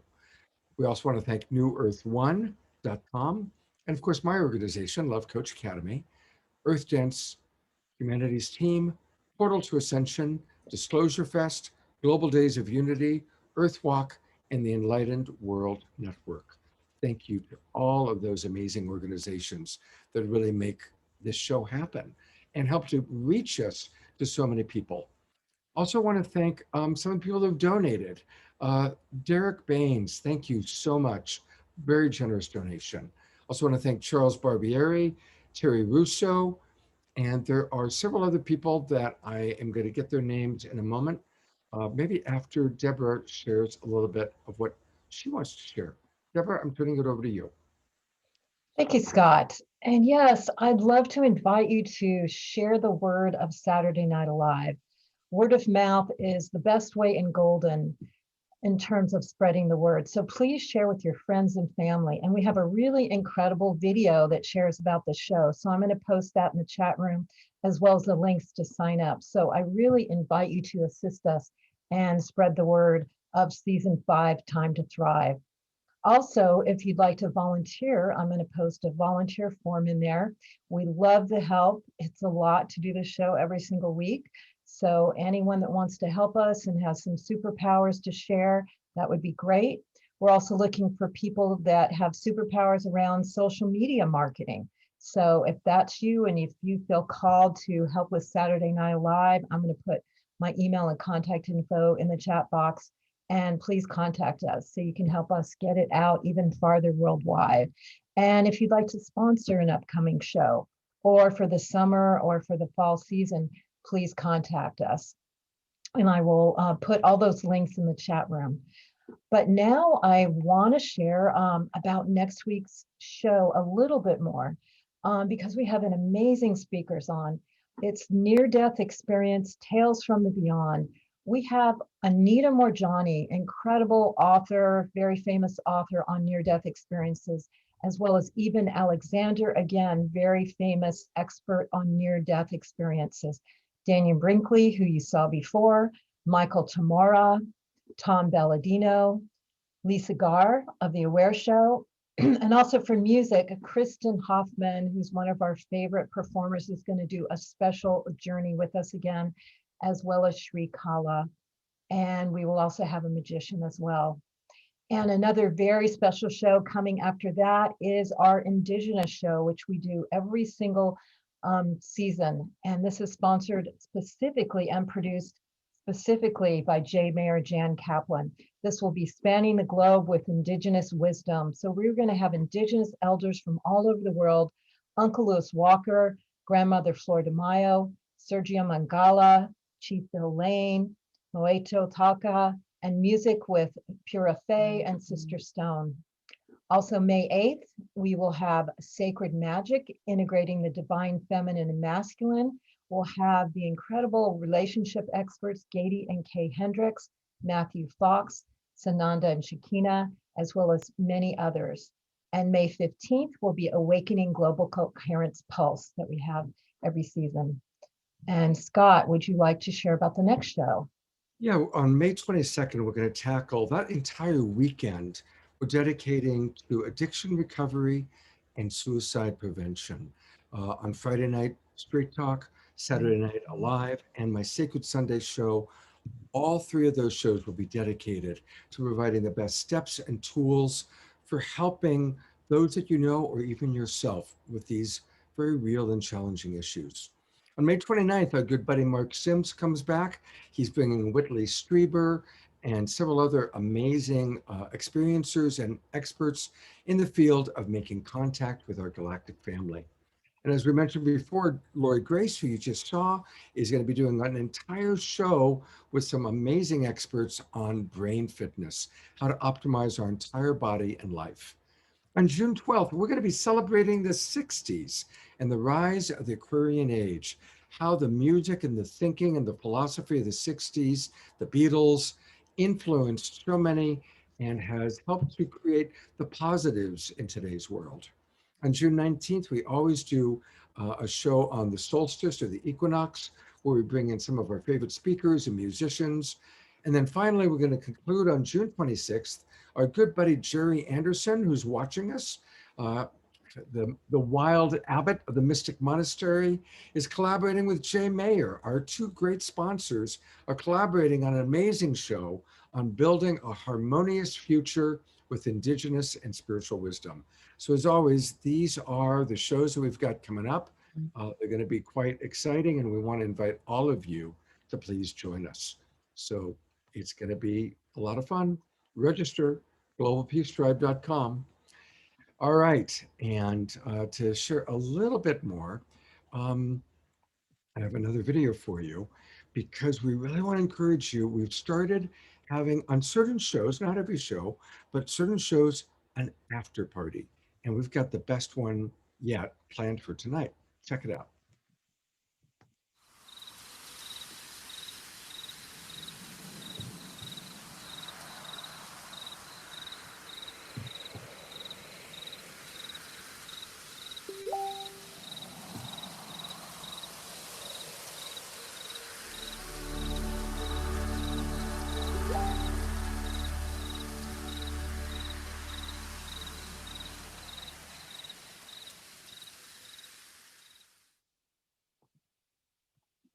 Great. Thank you, Jay, for the video.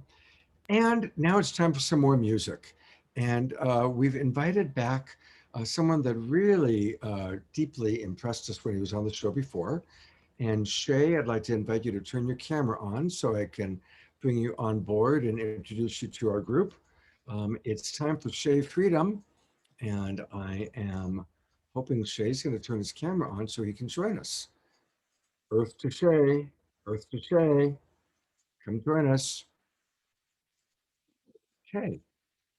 Well, if Shay doesn't come on in a moment, I am going to introduce our Bill McKibben video.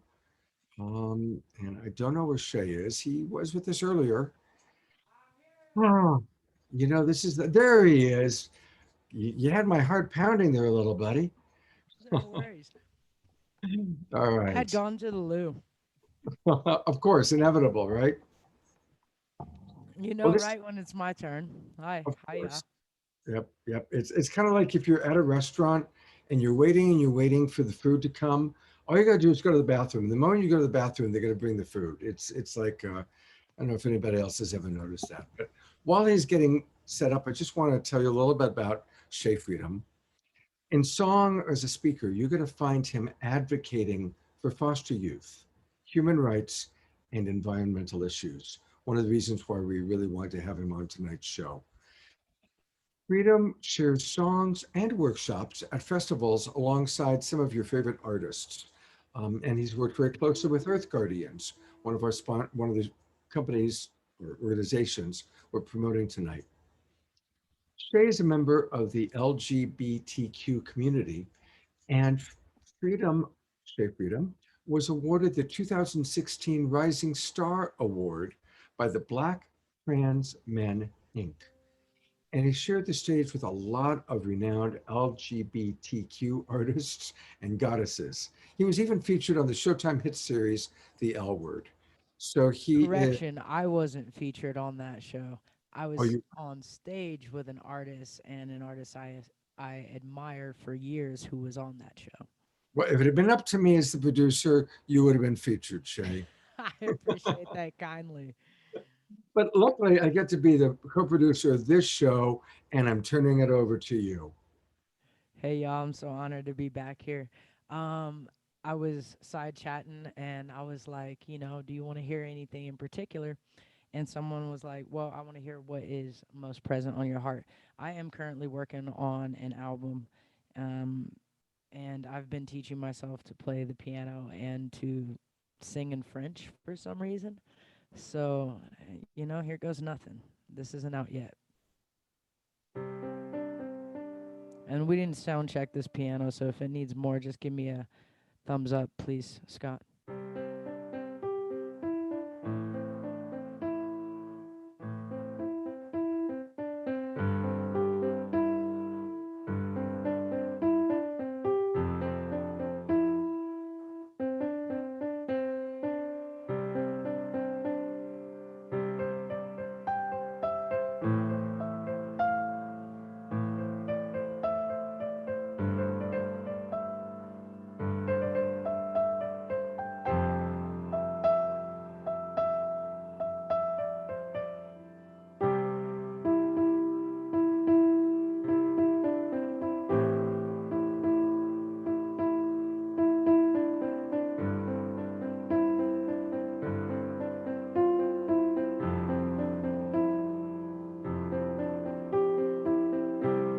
Je te vois toujours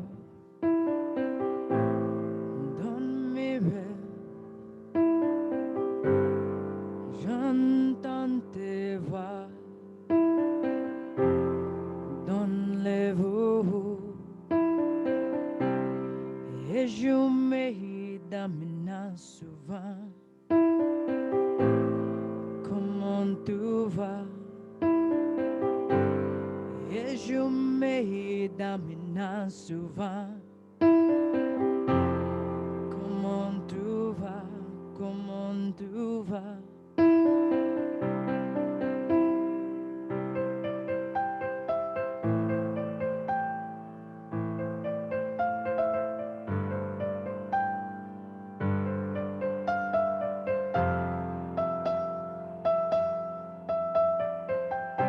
Je t'aimerai toujours.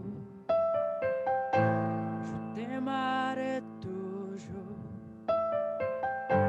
Je t'aimerai toujours. Mon ami.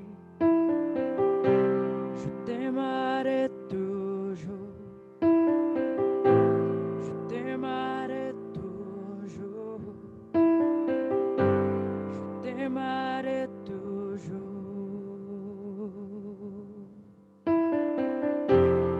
Mon ami.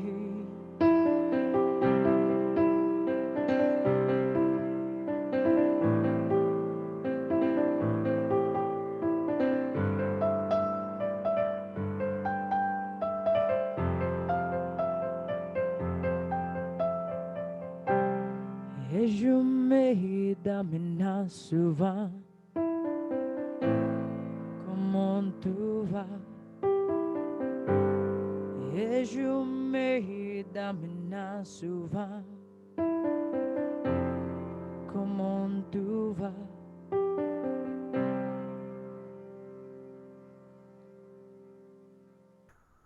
Oh, that's so beautiful. Thank you so much. People, he's going to come back and we're going to hear another tune from him in a few minutes.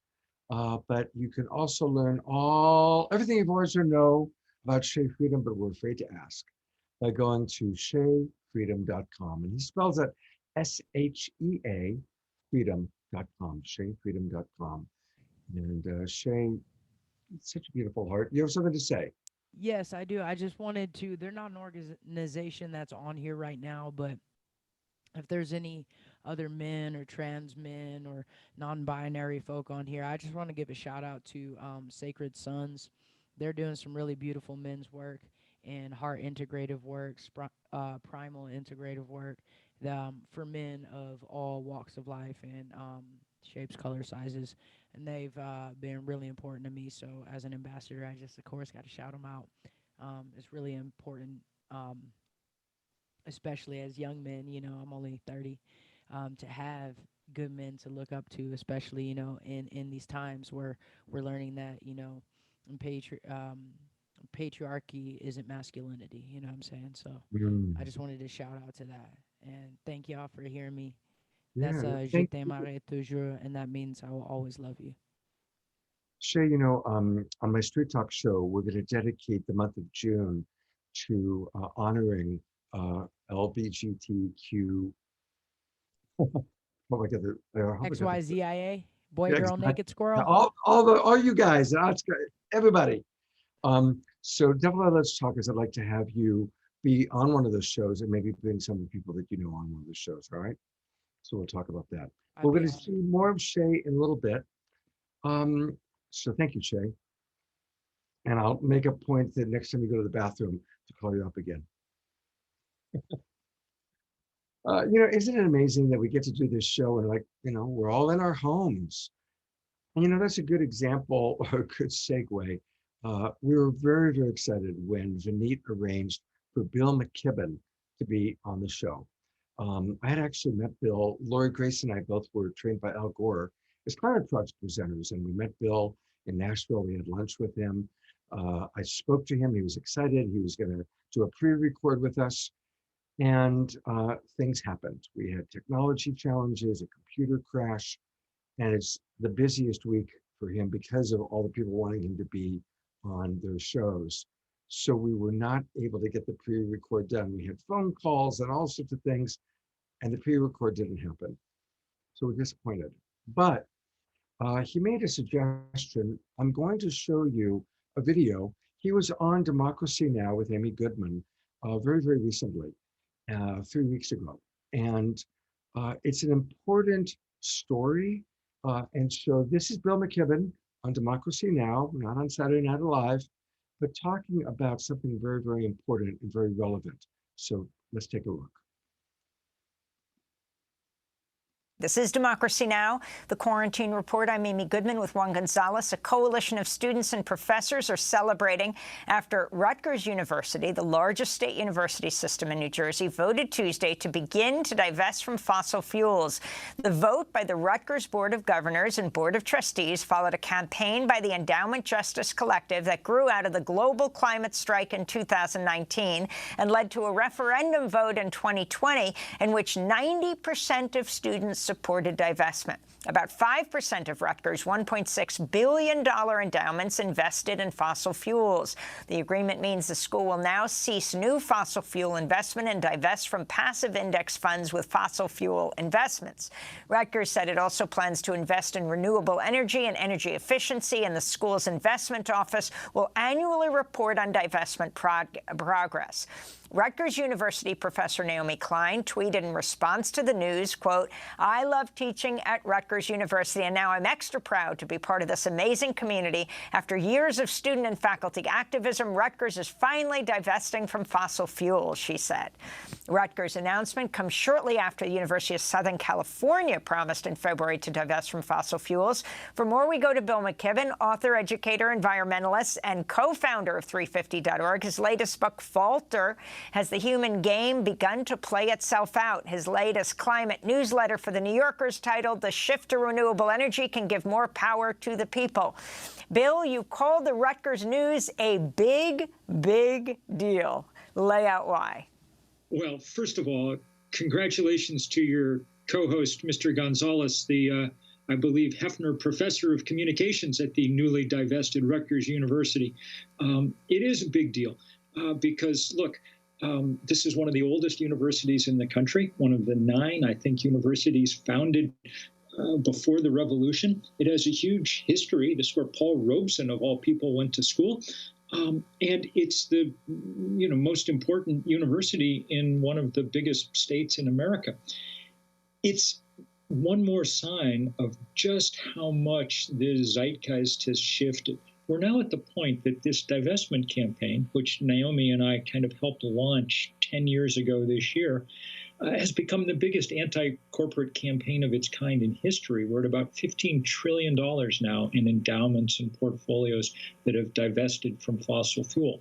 And they run the gamut from tiny religious orders and little schools out in the woods to Oxford and Cambridge. And now Rutgers right in the middle of it, particularly significant, I think, because, of course, Standard Oil of New Jersey was one of the first big global players in the fossil fuel business. And it's very good to see this signal being sent. Hopefully, it's a signal that will be heard, among other things, in the office of New Jersey Governor Murphy, because New Jersey should be getting set to follow New York State and divesting its massive employee pension fund from fossil fuel. And Bill, I wanted to ask you, one of the dirty secrets of the fossil fuel industry, of course, and that makes it more enticing for some of these institutions to divest, is the decline of the industry from a financial perspective. Could you talk about that as well? When we started this divestment campaign, Exxon was still the biggest company in the world. One, it's not even the biggest energy company in the world anymore. It was passed in market capitalization last autumn by a renewable energy company based out of Florida. So there are big changes underfoot. That does not mean that the power of the oil industry has gone away. They continue to do everything they can to slow down and delay progress. They know, I think, at this point, that the future is going to be built on sun and wind and renewable energy. But their desire is to drag out that transition as long as possible to maintain their business model for another couple of decades, even though the scientists are very clear that if we let that happen, we will break the planet's climate system. We had a new study yesterday showing that essentially the tropical parts of the world will be largely uninhabitable if we're unable to keep temperature increase to something like 1.5 degrees Celsius. And the Intergovernmental Panel on Climate Change has told us that to meet that target, we need to cut emissions in half by 2030. So our work is cut out for us. We've seen finally some beginnings from Washington in the last few weeks, and thank heaven for it. But we need an extraordinary amount of work over the next decade.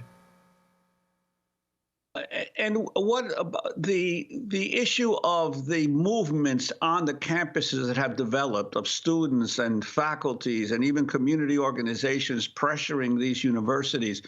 Could you talk about the importance of these movements and maintaining them?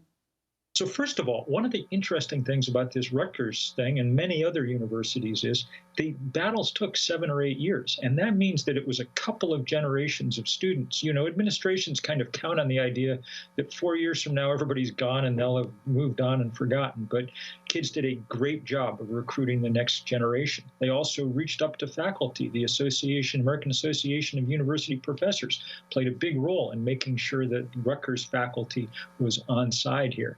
And there's been, over that 10 years, this steady kind of coalescing of the environmental movement and the justice movements into the same thing. Because we now are completely clear, I think, that the people who are hit first and hardest by fossil fuel and by climate change are the ones who have done the least to cause these problems. You know, there was a new study about 3 weeks ago, really one of the most important things that's come out in a long time. And what it showed was that, forget climate change, simply the deaths from particulates linked to fossil fuel combustion now kill almost 9 million people around the world. That's about 1 in 5 people who die on our planet. It's more than HIV, AIDS, malaria, and tuberculosis combined.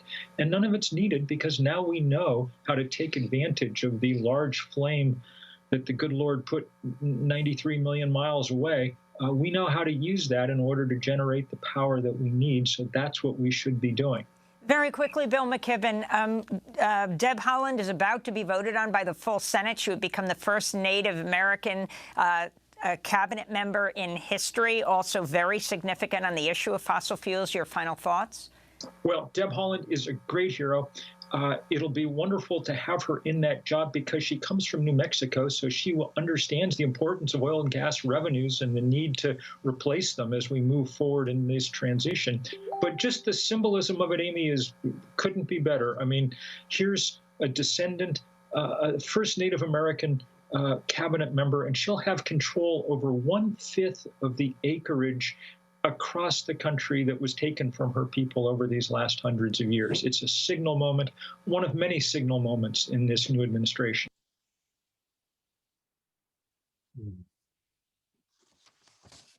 Thank you, Democracy Now! Thank you, Bill McKibben.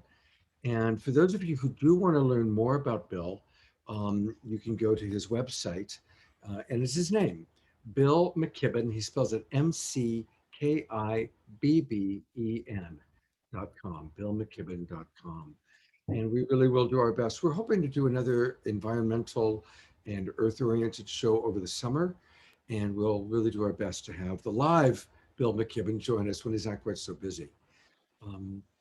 And thank you, Vineet, for arranging Bill, even though it didn't quite work out this time fully. And to tell us more and to introduce someone who is with us live, here's Vineet. Thank you, Scott. Well, again, it's my my great honor to introduce another heroine of the planet, Osprey Oriole Lake, who is the founder and executive director of the Women's Earth and Climate Action Network, or We Can International, which is dedicated to accelerating a global women's climate justice movement. Yay.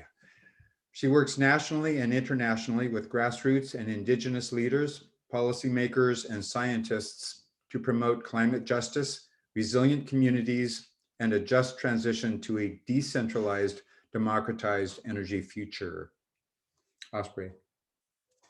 Thanks so much for that introduction, Vineet, and everyone. I'm really grateful to be here with all of you to honor Mother Earth Day, and I'm calling in from Coast Miwok territory. And as we celebrate Earth Day on every continent, women land defenders are rising in response to rampant destruction of our planet and intensifying economic, political, and social injustices that we were just hearing about from Bill McKibben and others. And these women are literally putting their bodies and lives on the line to protect Mother Earth, our communities, and everything that we hold dear.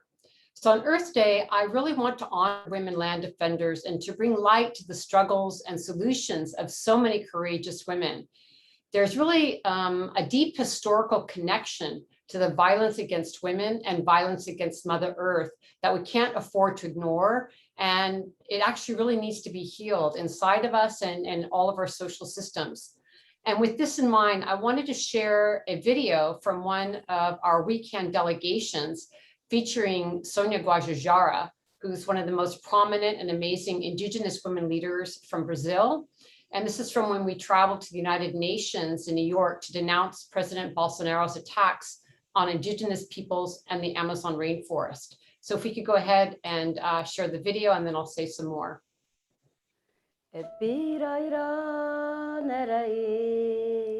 Ewa Tupã, Pirairá, Nerazê, Ewa Tupã.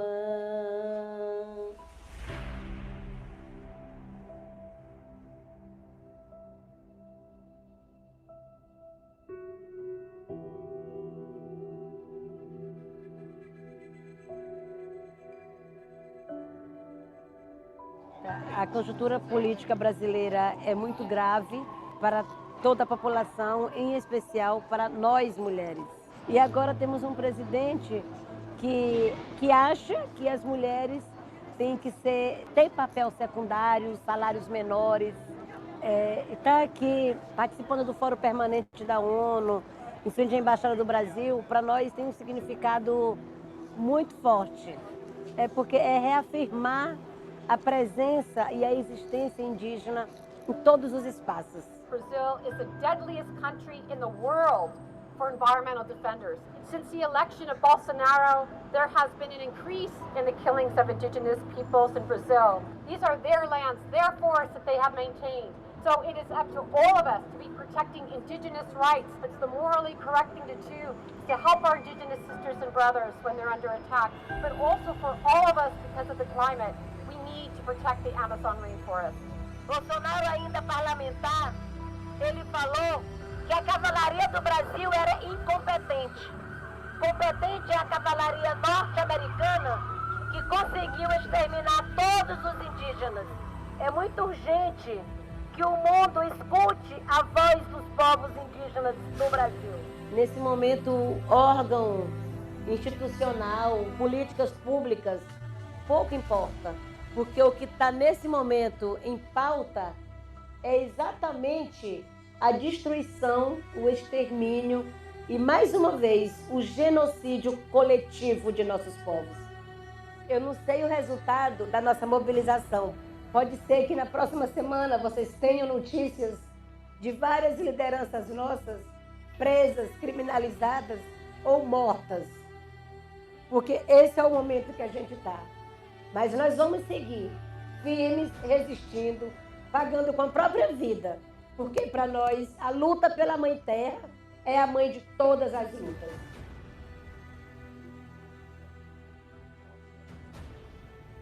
É que são nossos territórios sagrados que garante o ar, a água, né, o clima e que garante a vida no planeta. Nós precisamos urgentemente romper com esse modelo de desenvolvimento que usa de forma predatória a Mãe Terra. Estamos aqui para reafirmar que a luta pela Mãe Terra é a mãe de todas as lutas. Nova York pode até ser o centro do mundo, mas o que garante a vida no planeta é a Amazônia.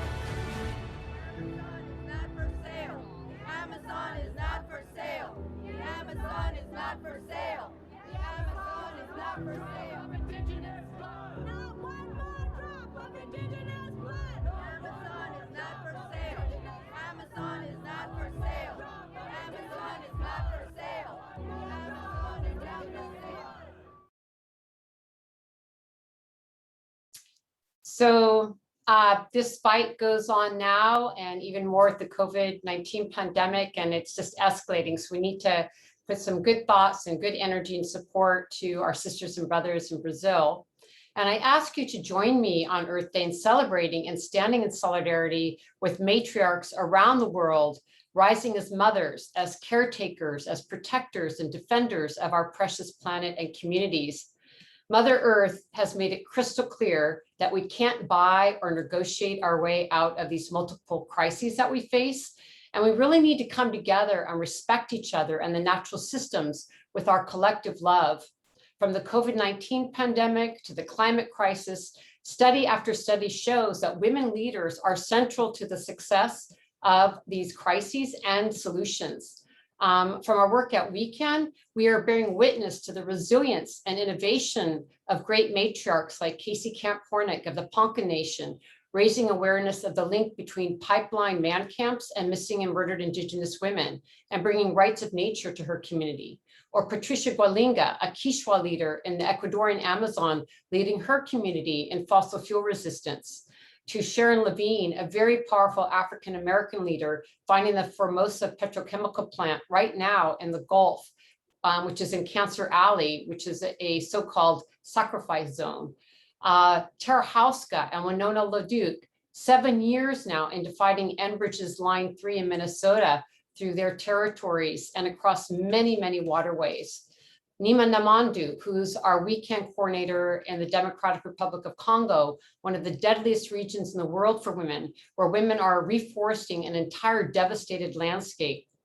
And just this weekend at Standing Rock, there's been the memorial services for LaDonna Brave Bull Allard, founder of the Sacred Stone Camp, who was central in the DAPO resistance movement and is now journeying to the stars. Yet her light shines on brightly as she touched so many people the world over. And for her, I say, Maniwi Choni, water is life. The vital work of women activists comes at a time of immense change, and for many of them in a landscape of increased risk, criminalization, and persecution for their work. Yet the thing is, all of our lives, the integrity of Mother Earth and the future of generations to come actually depends upon the work of these outstanding women, land defenders on the front lines. Every day it becomes more apparent that the systems of patriarchy, capitalism, white supremacy, and colonization do nothing but pillage the earth and destroy communities. So we all have a responsibility to dismantle these systems of oppression. And we can ask ourselves, where is our courage? Where is our imagination? There are literally millions of ways to get involved in the mother of all fights, as Sonia said in the video, and from what you're hearing from all the other presenters tonight. So pick your entry point and put your heart and soul into it, as I know many of you already are. And I really thank you for that, because this is not a time to be on the sidelines, as we heard the urgent call from Bill McKibben and others.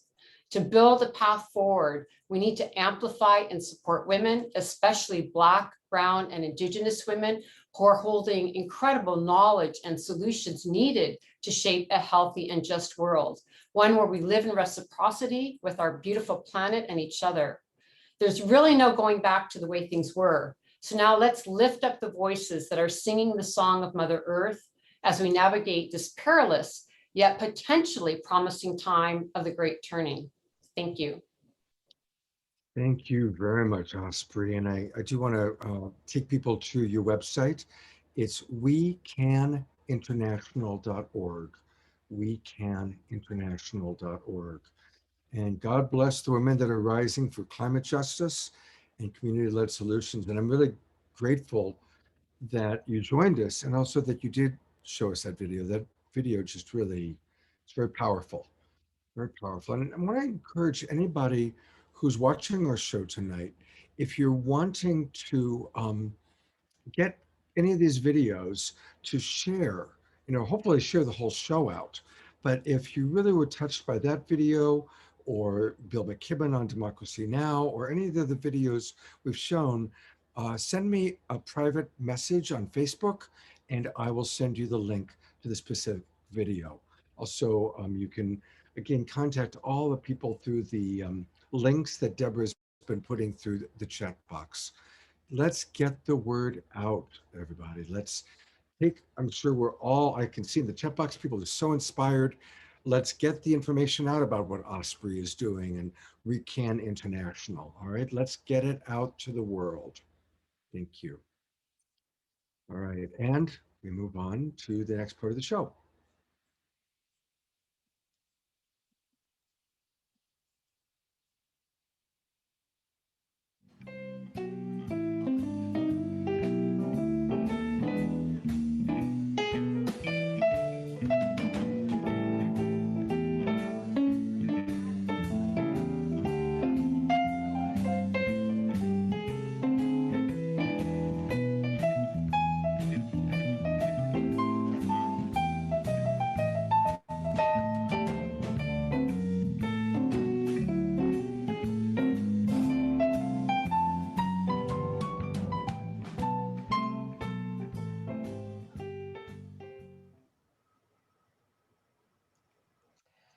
Yes, this is part of the show where we share some resources that we find, especially with the new evolution of us connecting so much virtually and sharing so much information virtually. So I'm going to share some resources for you now. One that's coming up this week is the 10th Annual Food Revolution Summit. And this is a summit that's produced by John and Ocean Robbins. And if you remember, John wrote Diet for a New Planet way back, I think in the 80s, as one of the steps to healing the planet and getting away from meat, which is very consuming. And this is a summit they've done now for 10 years, and they bring together the top experts, doctors, and researchers that are all about diet and health. Some people like Dean Ornish, like Aya Sherzi, and other people. And you'll find out about specific foods that have been proven to optimize immune health and how certain foods can prevent Alzheimer's, heart disease, autoimmune disease, and so on. So I'm going to put the links in the chat box. Also, these links can be found in our replay email that we send on Monday. So check it out, the 10th Annual Food Revolution Summit. And one other resource I wanted to share with you is a new medical healing device called the Healy. And I'm sharing this because this has been really helpful to me. I've used it for about 11 months and I'm on computer a lot, doing a lot of the work that I do. And it's really helped me keep my energy up and help from being on the computer, but it does so many other things. Nikola Tesla said, if you want to understand the universe, try to understand it in terms of energy, vibration, and frequency. And Albert Einstein said, the future of medicine will be the medicine of frequencies.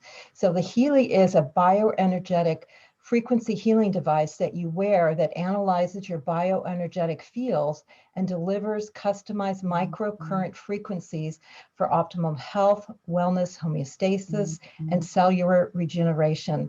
And I'm going to show you a short 1-minute video that will tell you about it. Healy is the new revolutionary machine that supports you in all the important areas of your life. This easily wearable device helps you to improve your well-being in a holistic and sustainable way. Whether for health, wellness, fitness, beauty, or the mind, Healy is extremely versatile. Healy's unique and specific frequencies can be used at any time to help on all levels with your overall well-being. You can easily navigate fast through the list of programs. The app is simple to use, and once installed, you can quickly choose the program that you desire and then transfer it to your Healy. With the 16 program groups, you have access to over 140 programs. The program groups can help you, ranging from stress, anxiety, pain relief, fitness, beauty, and peace of mind, or simply you wish to get a great night's sleep. Healy supports you in all areas of life. Try out Healy now for a better and healthier life.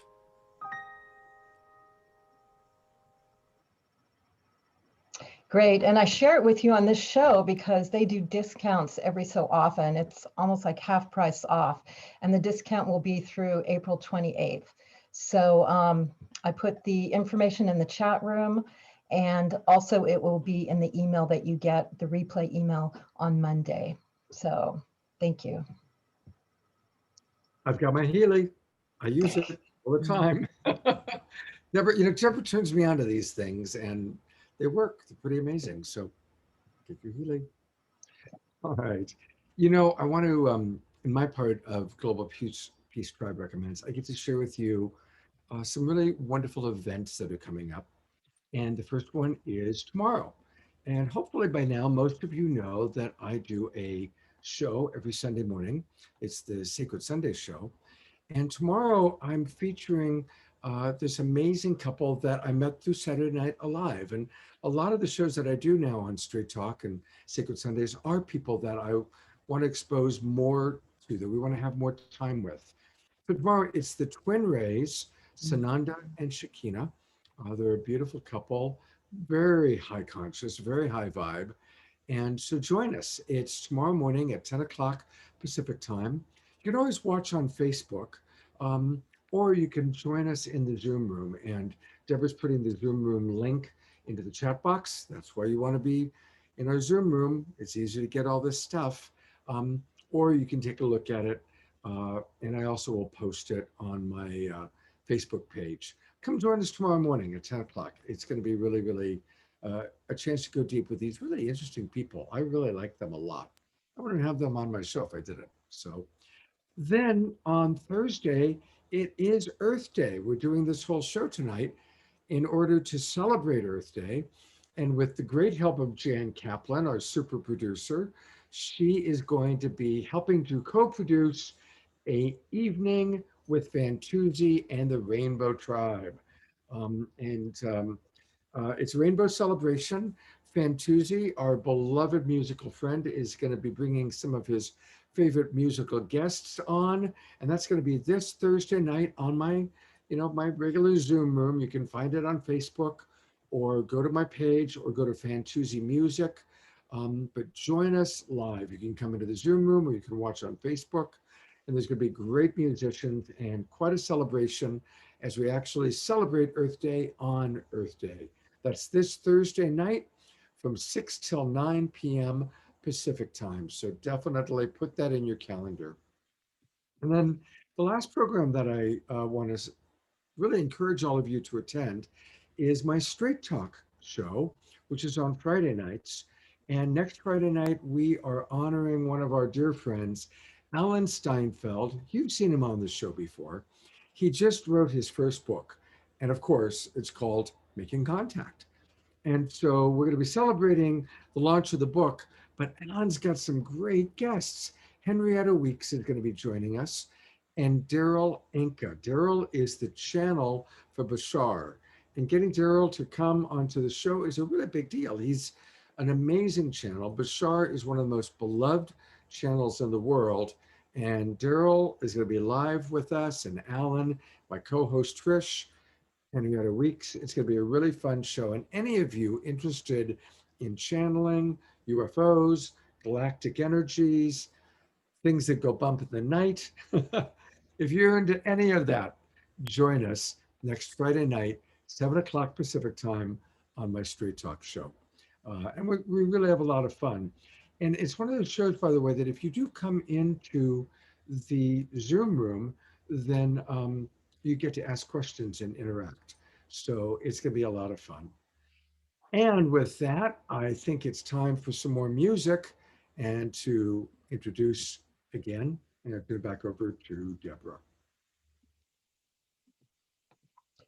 Thank you, Scott. Yes, we get to hear more of Shay Freedom. You can tell from her last performance, she's got a lot of depth, a lot of passion, and she lives it not only through her music, but in her activism. So that's why we love to bring her back and do one more song. And is she there again, Scott? It is he, Deborah. He. And Shay, did we catch you in the bathroom again? There he is.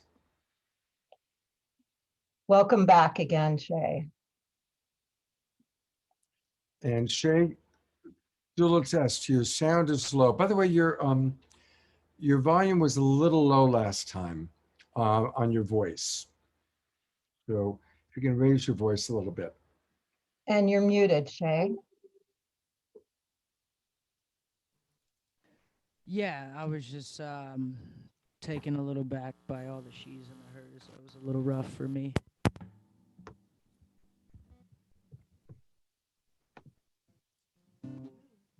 Hopefully my vocals are coming through clear now. Yeah, if you can be just a tad louder. And thank you so much, Shay. Thank you.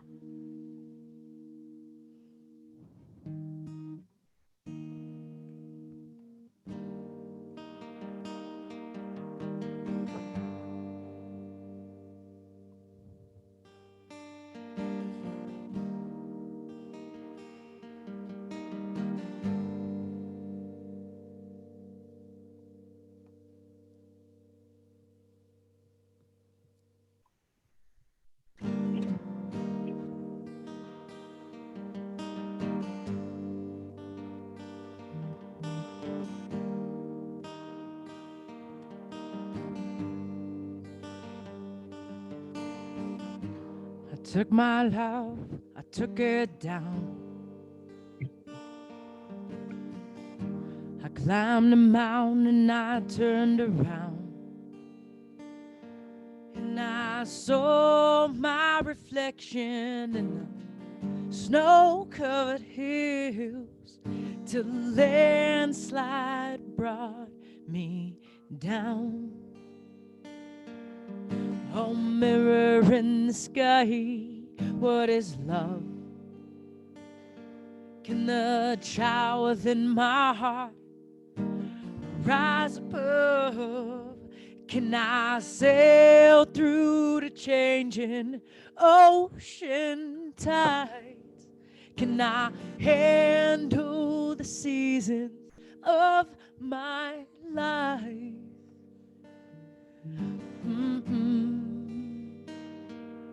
I don't know.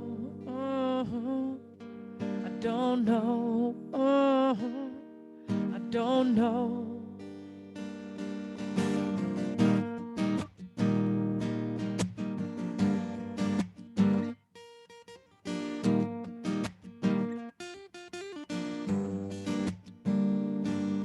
Yeah, I've been afraid of changing, 'cause I build my life built around you.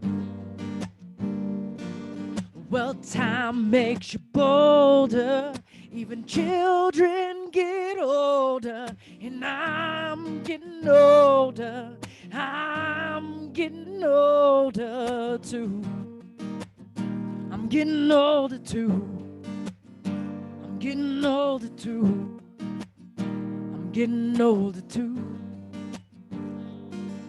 Yeah, I've been afraid of changing, 'cause I build my life built around you. Well, time makes you bolder, even children get older, and I'm getting older, I'm getting older too. I'm getting older too. I'm getting older too.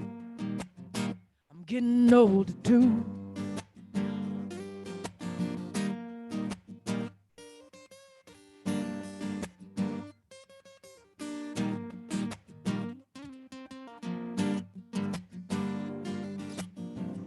So take my love, go and take it down.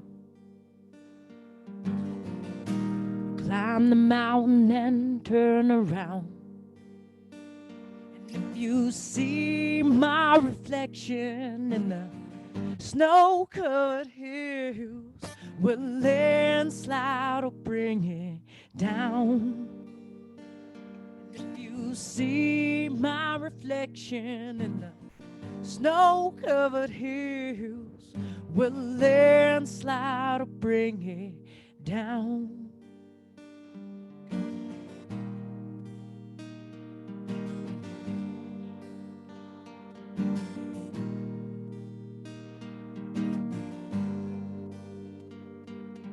Oh, mirror in the sky, what is love?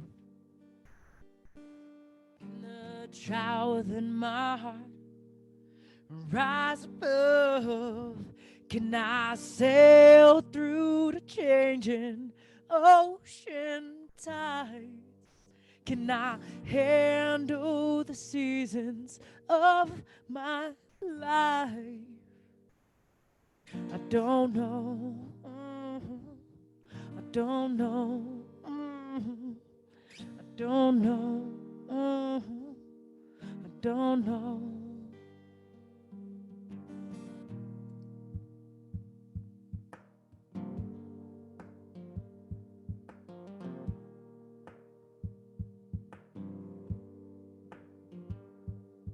Yeah, I've been afraid of changing.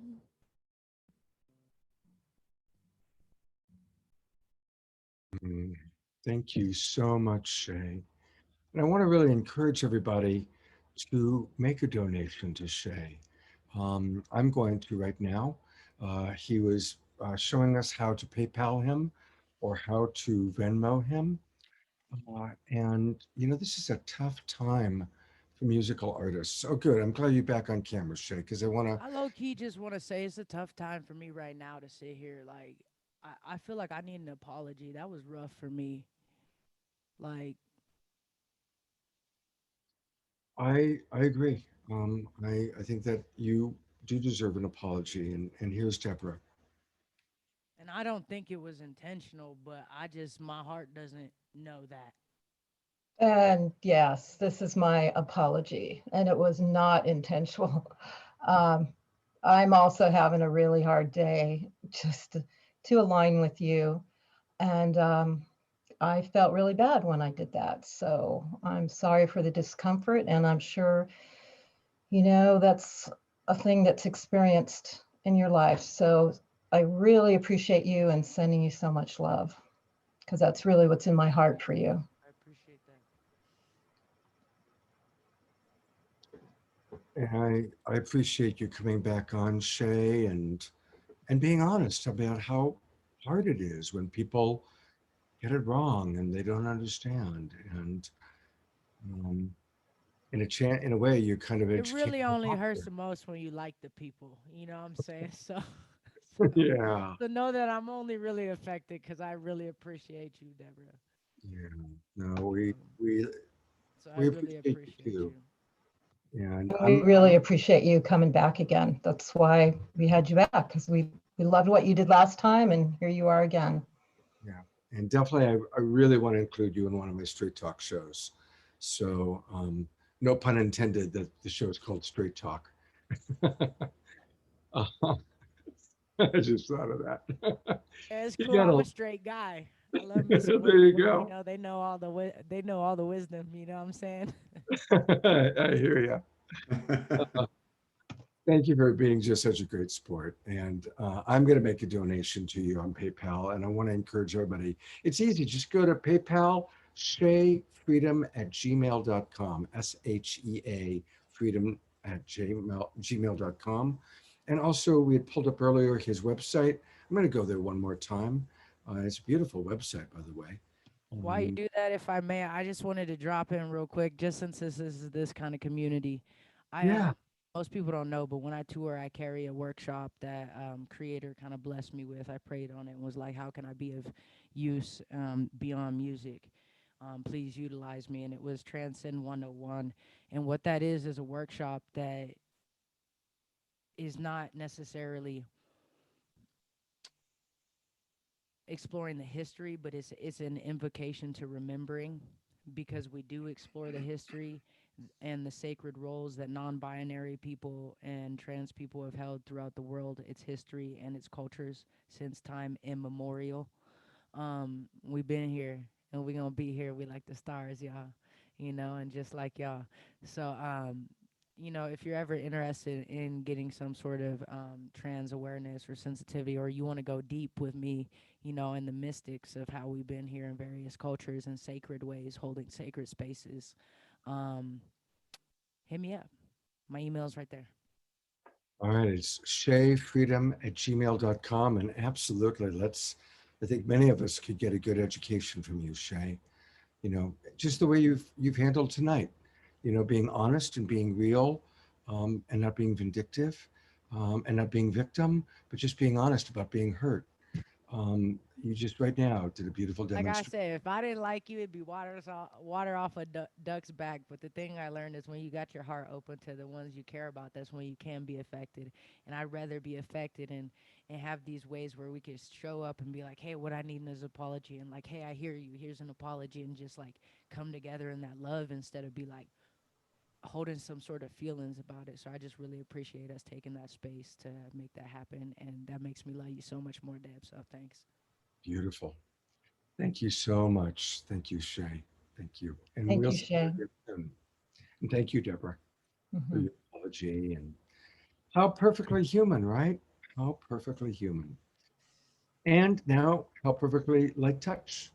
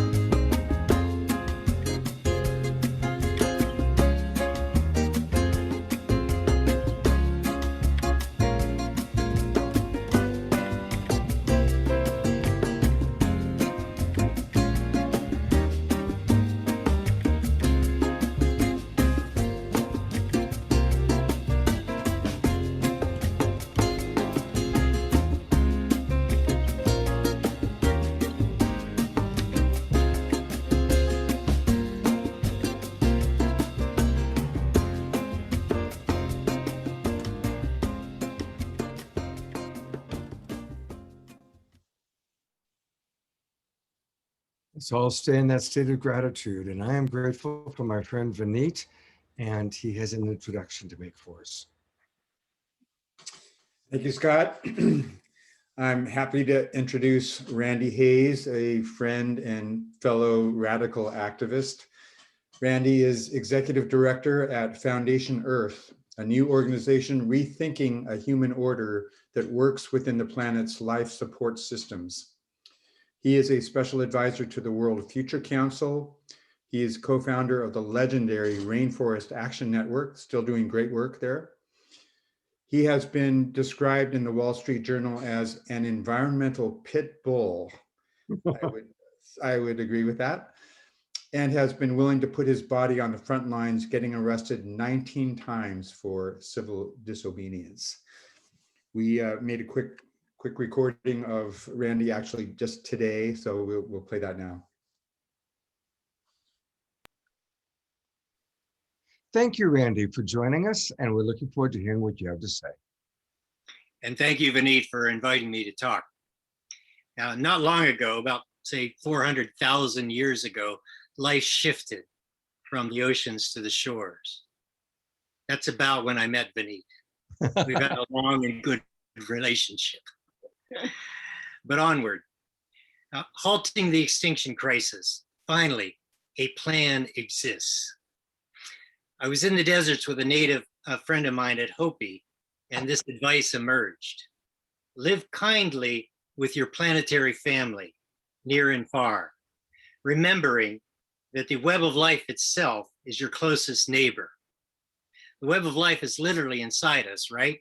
You know, zillions of gut bug bacteria making life possible for all of us.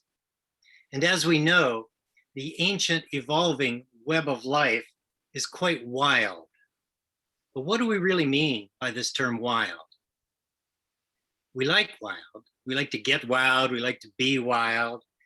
And how is it that wild relates specifically to wildness or wilderness, right? It turns out the deeper meaning of wild means to be self-willed, right? A wild animal is a self-willed creature. A wild system is a self-willed system. The defining characteristic of wilderness is not being untrammeled. It's not virginity, but being self-willed. A big wild rainforest like the mighty Amazon is self-willed, self-powered. If we go back in our minds to pre-Columbus times, peopled wildernesses were natural. North and South America were peopled wildernesses. Now think of this new tool called an IPA, Indigenous Protected Area. That's what the Amazon was pre-Columbus. Responsible people, indigenous or otherwise, are to be guardians and in fact partners to the wilderness. The Colorado Plateau, where the Hopi lived for over 7,000 years, was a peopled wilderness. Hopi means peaceful people. Live kindly with your planetary family near and far, remembering that the web of life itself is your closest neighbor. So let's get to the plan. You know, what is this plan to halt the extinction crisis? I'll lay out 7 specific points. First, would you believe that 56 nations have already agreed to designate nearly 1/3 of their land and adjacent oceans to be protected in the next 9 years? They have. 30 by 30 means protecting 30% by the year 2030. France and Costa Rica have led this charge, and President Biden has signed the United States on to 30 by 30. In many places, the political will has begun to shift, and we have to capitalize on this moment. A second point, if you like 30 by 30, you're going to love 40 by 40 and 50 by 50. Yes, we're talking about protecting half of the land and half of the oceans of this planet. A third point, the plan also includes connecting the vital migratory corridors on every continent and every major island. The fourth point, places like the mighty Amazon scientifically require up to 70% protected, and that is in the plan. The fifth point, part of this great plan is also to fight for protecting 100% of the remaining primary ancient forests. Why them? Because they house the most biological diversity and they also hold the most carbon. And that is key to keeping to the 1.5 degree Paris Climate Accord goal. We have to keep to 1.5, but to do that, we have to save the 4 great carbon forests on Earth: the Amazon, the Congo, Southeast Asia, and the boreal forests to the north.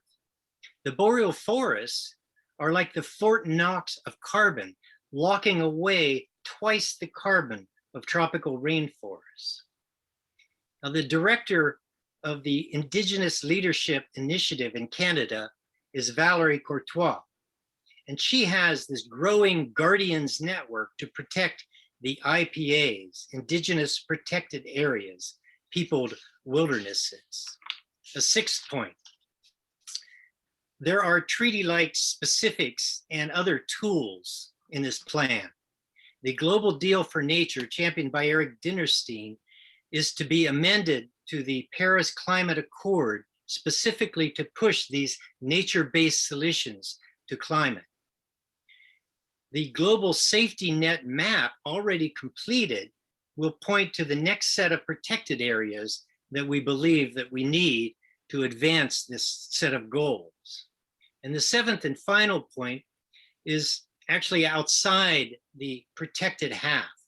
And for now, I'll just simply say that we need to imagine continental networks of largely self-reliant bioregional economies and low-impact living, because fossil fuel energy will fade more quickly than people imagine, and the future economy will be forced to a lot more localization. And that, in a nutshell, is the plan. So common sense tells us for a plan to work, the solutions have to be commensurate with the scale of the problem. And the extinction crisis is huge, but so is the plan of 30 by 30, 40 by 40, and 50 by 50. Now you might ask, why 50%? Why half? Well, scientific studies have been done that tell us that by saving half of the flora and fauna in a unique ecological zone, we can save up to 90% of the species. And that is good news. We've already mapped out which ones have half protected, which ones have half of the original flora and fauna, and which ones could be restored to half of the original flora and fauna. That's in the plan. 30 by 30, 40 by 40, and 50 by 50 scientifically addresses nature's needs. Nature nourishes all things, and we have learned nature needs half. So building on these commitments of 56 nations, and it's growing, and with all of us putting our tasks to the shoulder, our shoulders to the task, the moment to achieve one's life mission could be just around the corner. That's the great societal U-turn to that better world, a more socially just and ecologically sane world. By protecting half to be self-willed, and on the other half, shifting to networks of low-impact bioregional economies, we can get the job done. In conclusion, remembering that wild means to be self-willed, something that a wolf mother and her cubs know instinctually, right? We must take care of the land, the sea, and the blue sky, and it will take care of us. Finally, a plan exists to halt the extinction crisis, and that is good news. So I want to thank you all for having me here tonight to speak to you. Thank you. Thank you, Ray. I learned so much just now, Randy. Thank you. Yeah, thank you, Vineet, for bringing him on and really just, I didn't know a lot of those things. I didn't know that if we can, by 50%, we can save 90%. That was really valuable. And I really liked his whole helping us to re-understand wilderness, right? That it's not about, we have to create civilization out of this jungle, weird wilderness, but recognizing wilderness is self-fulfilling. It's taking care of itself, its own natural wisdom. It's very beautiful. For anybody who wants to learn more about Randy, his website is fdnearth.org. So think foundationearth.org, fdnearth.org. So again, thank you, Vineet, for bringing these amazing people on. And we are about to segue into our after show. But before we do, I just want to remind you one more time that we've got, every show is pretty great. Hasn't this show been amazing, right? Put it in the chat box, like seeing in the chat box how much you enjoy the shows. And next week's show, likewise, we're putting a lot of energy and effort into it. And so I just want to share with you a video put together, of course, by our beloved Jay and Jan, all about what we're going to have on next week. So let's take a look.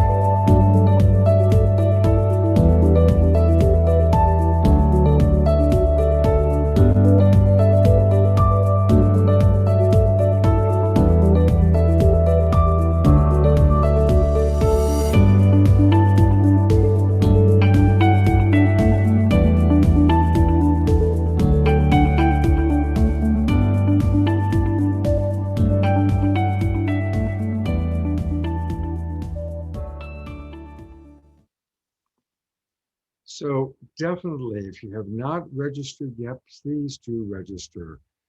www.globalpeacetribe.com. We have a great season planned and a really great show. And that was a beautiful video. Thank you, Jay and Jan, if you're still with us listening. And it is now, we are officially transitioning out of the main show into the after show. So I'm going to bring on Vineet, and I'm going to bring on Jay Ma to tell us a little bit about what you guys got planned.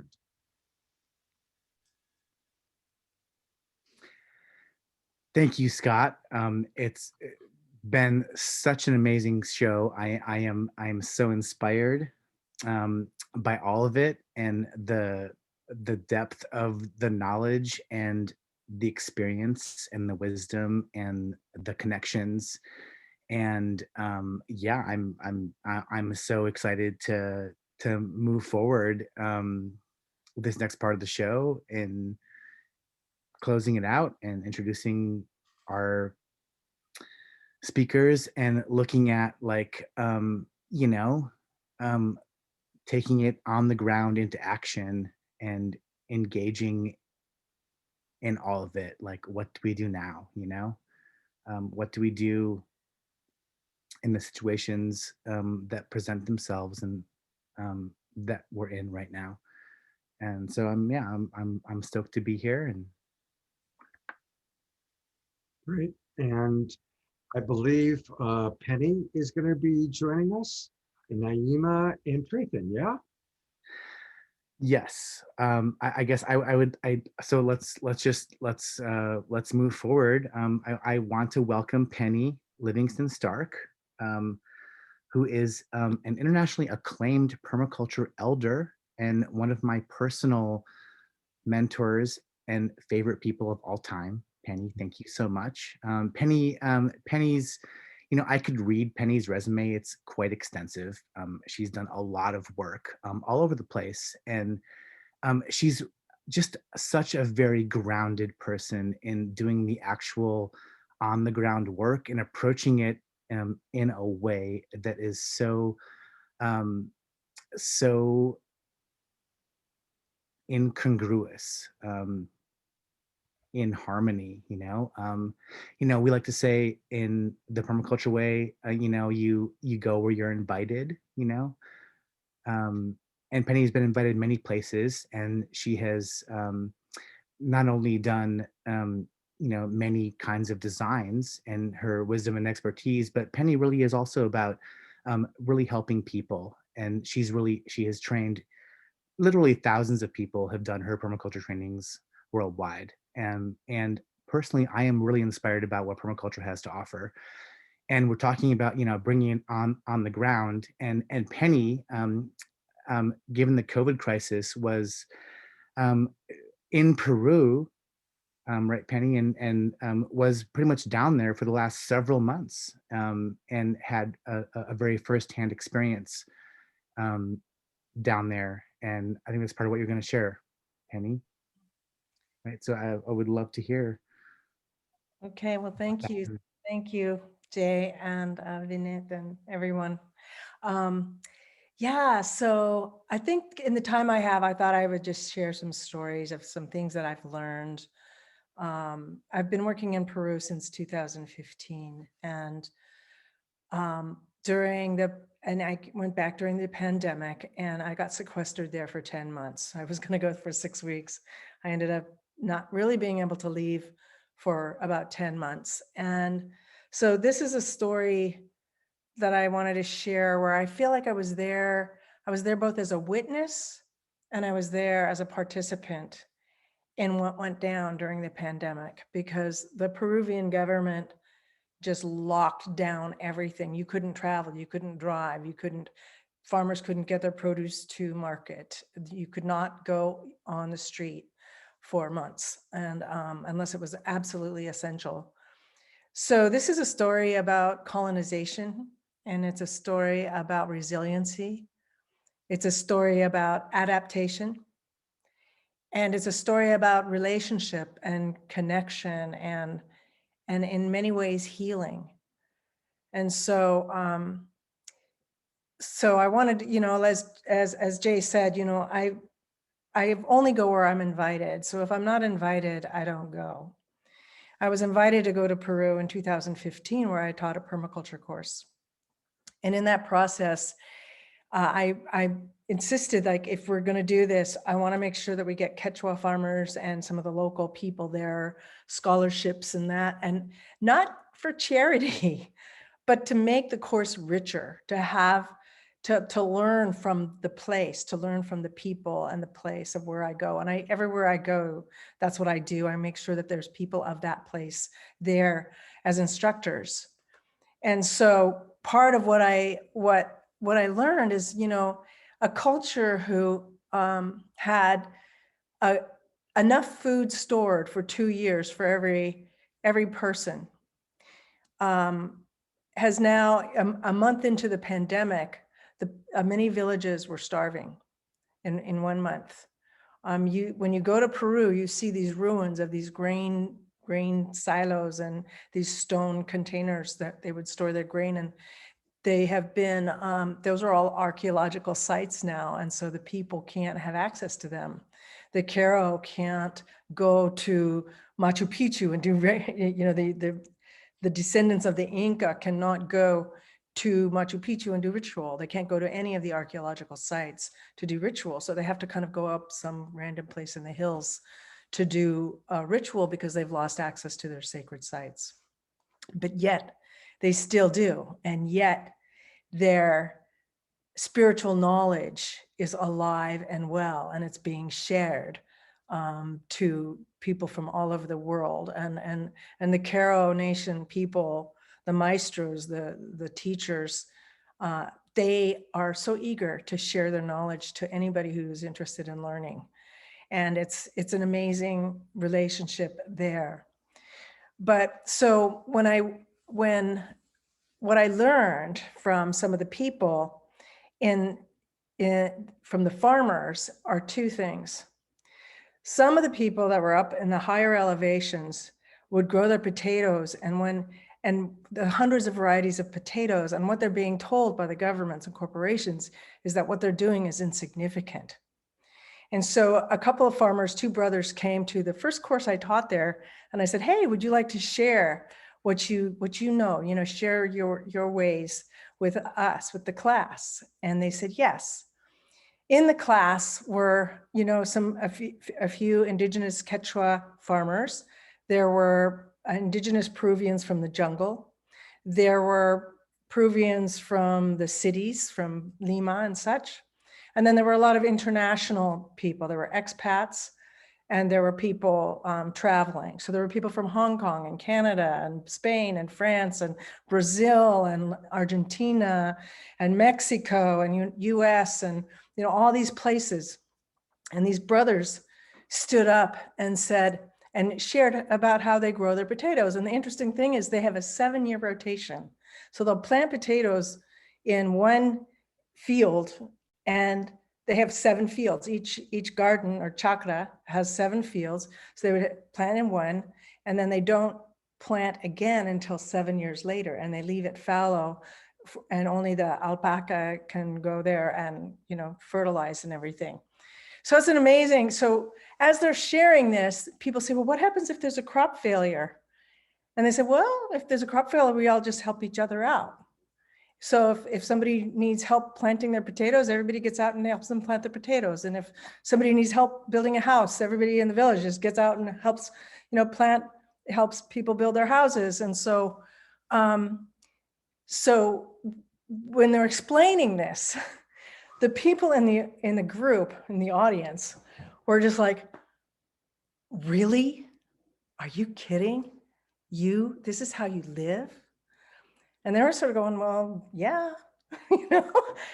But what they started to realize just from this reflection of people from other parts of the world mirroring back to them about how significant what they're doing is. So what the message we gave to them was like, not only is what you're doing not insignificant, it's one of the most important things that you can be doing. And so as a result, they invited us up to their farm and taught us how to plant potatoes. And then into the pandemic, what ended up happening is the people started really looking at their food sovereignty because of the people starving in the upper elevations. The people from the Sacred Valley gathered, and it was Quechua people, foreigners, all people together, collaborating and cooperating together to help bring, they brought 10 horses packed with food up to these villages that had no roads going to them to help the people get through these times. And so I think the point of this message that I'm bringing is that when you start having people coming together and sharing their worldviews and sharing their knowledge and sharing their perspective, and also getting reflected back to them what their reality is from other perspectives, the internalized oppression that happens among all of us from colonization and from oppression, it starts to lift out. It starts to open up and starts to unravel that a little bit. And people start to kind of go, yeah, it is amazing that what we're doing. And it is important that we don't forget who we are. It's not only important for us to not forget who we are, but it's important for the world for us to not forget who we are. So the main theme of what we were doing there was about it's the art of remembering who we are, the art of remembering what it means to be human. And that's my time. So I was told I had 8 minutes.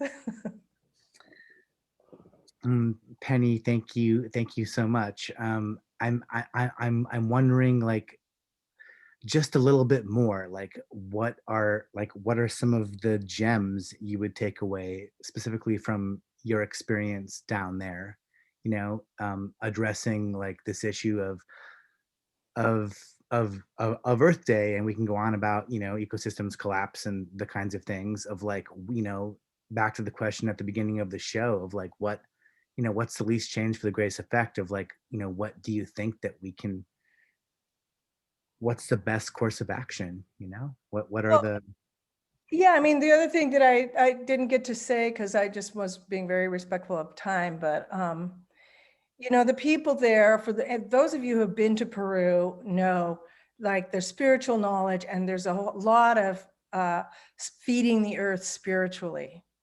But what I witnessed there is what I didn't understand, what I learned from one of the elders is that there was an agricultural revolution in Peru that took place all over Peru that lasted for 30 years, from 1940 to 1970. And they won. At the end of the day, they won. And the way the structure was is there were these big wealthy haciendas, these wealthy people having haciendas that were controlling the water. And so if you didn't cooperate with the haciendas, you didn't get any water. And they've had this, so they went on this, the whole country had an agricultural revolution. And in the end, they won and busted up the haciendas. These cooperatives started managing the water. And then and that ended in 1970. And what was at the throes of the global movement, agricultural movement in 1970 was the Green Revolution. So the people, what happened, the corporations came in, the government came in and taught them how to grow corn using chemicals. So by the time I get there, you know, fast forward, they're just spraying corn, spray corn, spray corn, and they're killing the land. And I said, you know, it's great, you know, feeding the land spiritually, but you also have to feed the earth physically.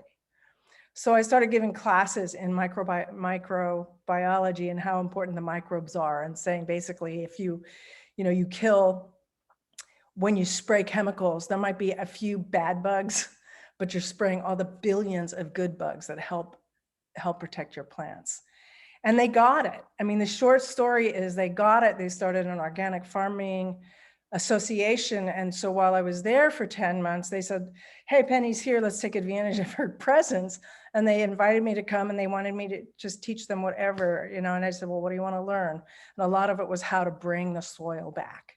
And so that was a big part of what I was doing there was, and we made bokashi and, you know, compost teas and all these bio brews and microorganisms and ferments and all these things and they did it, and they're still doing it, and they're running with it. And there's so many other things that the people are running with. They take this knowledge and they're just charging ahead. And I can leave now. I feel like at the end, before I left, I felt like seeds are planted. I can go home, and they're running with everything. They've got a whole CSA scheme, you know, Canasta Verde, if you're ever in a Sacred Valley, where the women farmers organized, and they're now selling all their organic produce throughout the valley. It's amazing. So I think the message is just about resiliency, adaptability, and moving through, pulling out the internalized oppression that we have, that is a result of externalized oppression. Yeah, yeah. Oh, Penny, thank you so much. You are such a warrior. I mean, really being down in Peru and doing that. And I want to let everyone know basically about permaculture. It's something really you should have taken in high school, but that's not offered. And you really should know about it. You know, it's a really amazing thing about working with the earth and natural cycles. And we can do it. And Penny, thank you so much. I really want to honor you and appreciate you as really being, you know, an international leader in this movement, you know, for what you hold, your knowledge and wisdom and experience, and moving it forward, and all the trainings that you do. And if there's not a better person to learn permaculture from, I think that you are one of them. And I want to maybe share some links. I'm putting them in the chat right now of your websites. Well, the Penny. Ecoversity website is the one where I teach online courses, and I do a live online permaculture course through Ecoversity, and it's Ecoversity, a couple hundred people now in it and all that, and that's amazing. That's so great. Yeah. Amazing. I mean, there's permaculture centers all over the world, you know, that are doing this, that are and now with COVID, it's being online.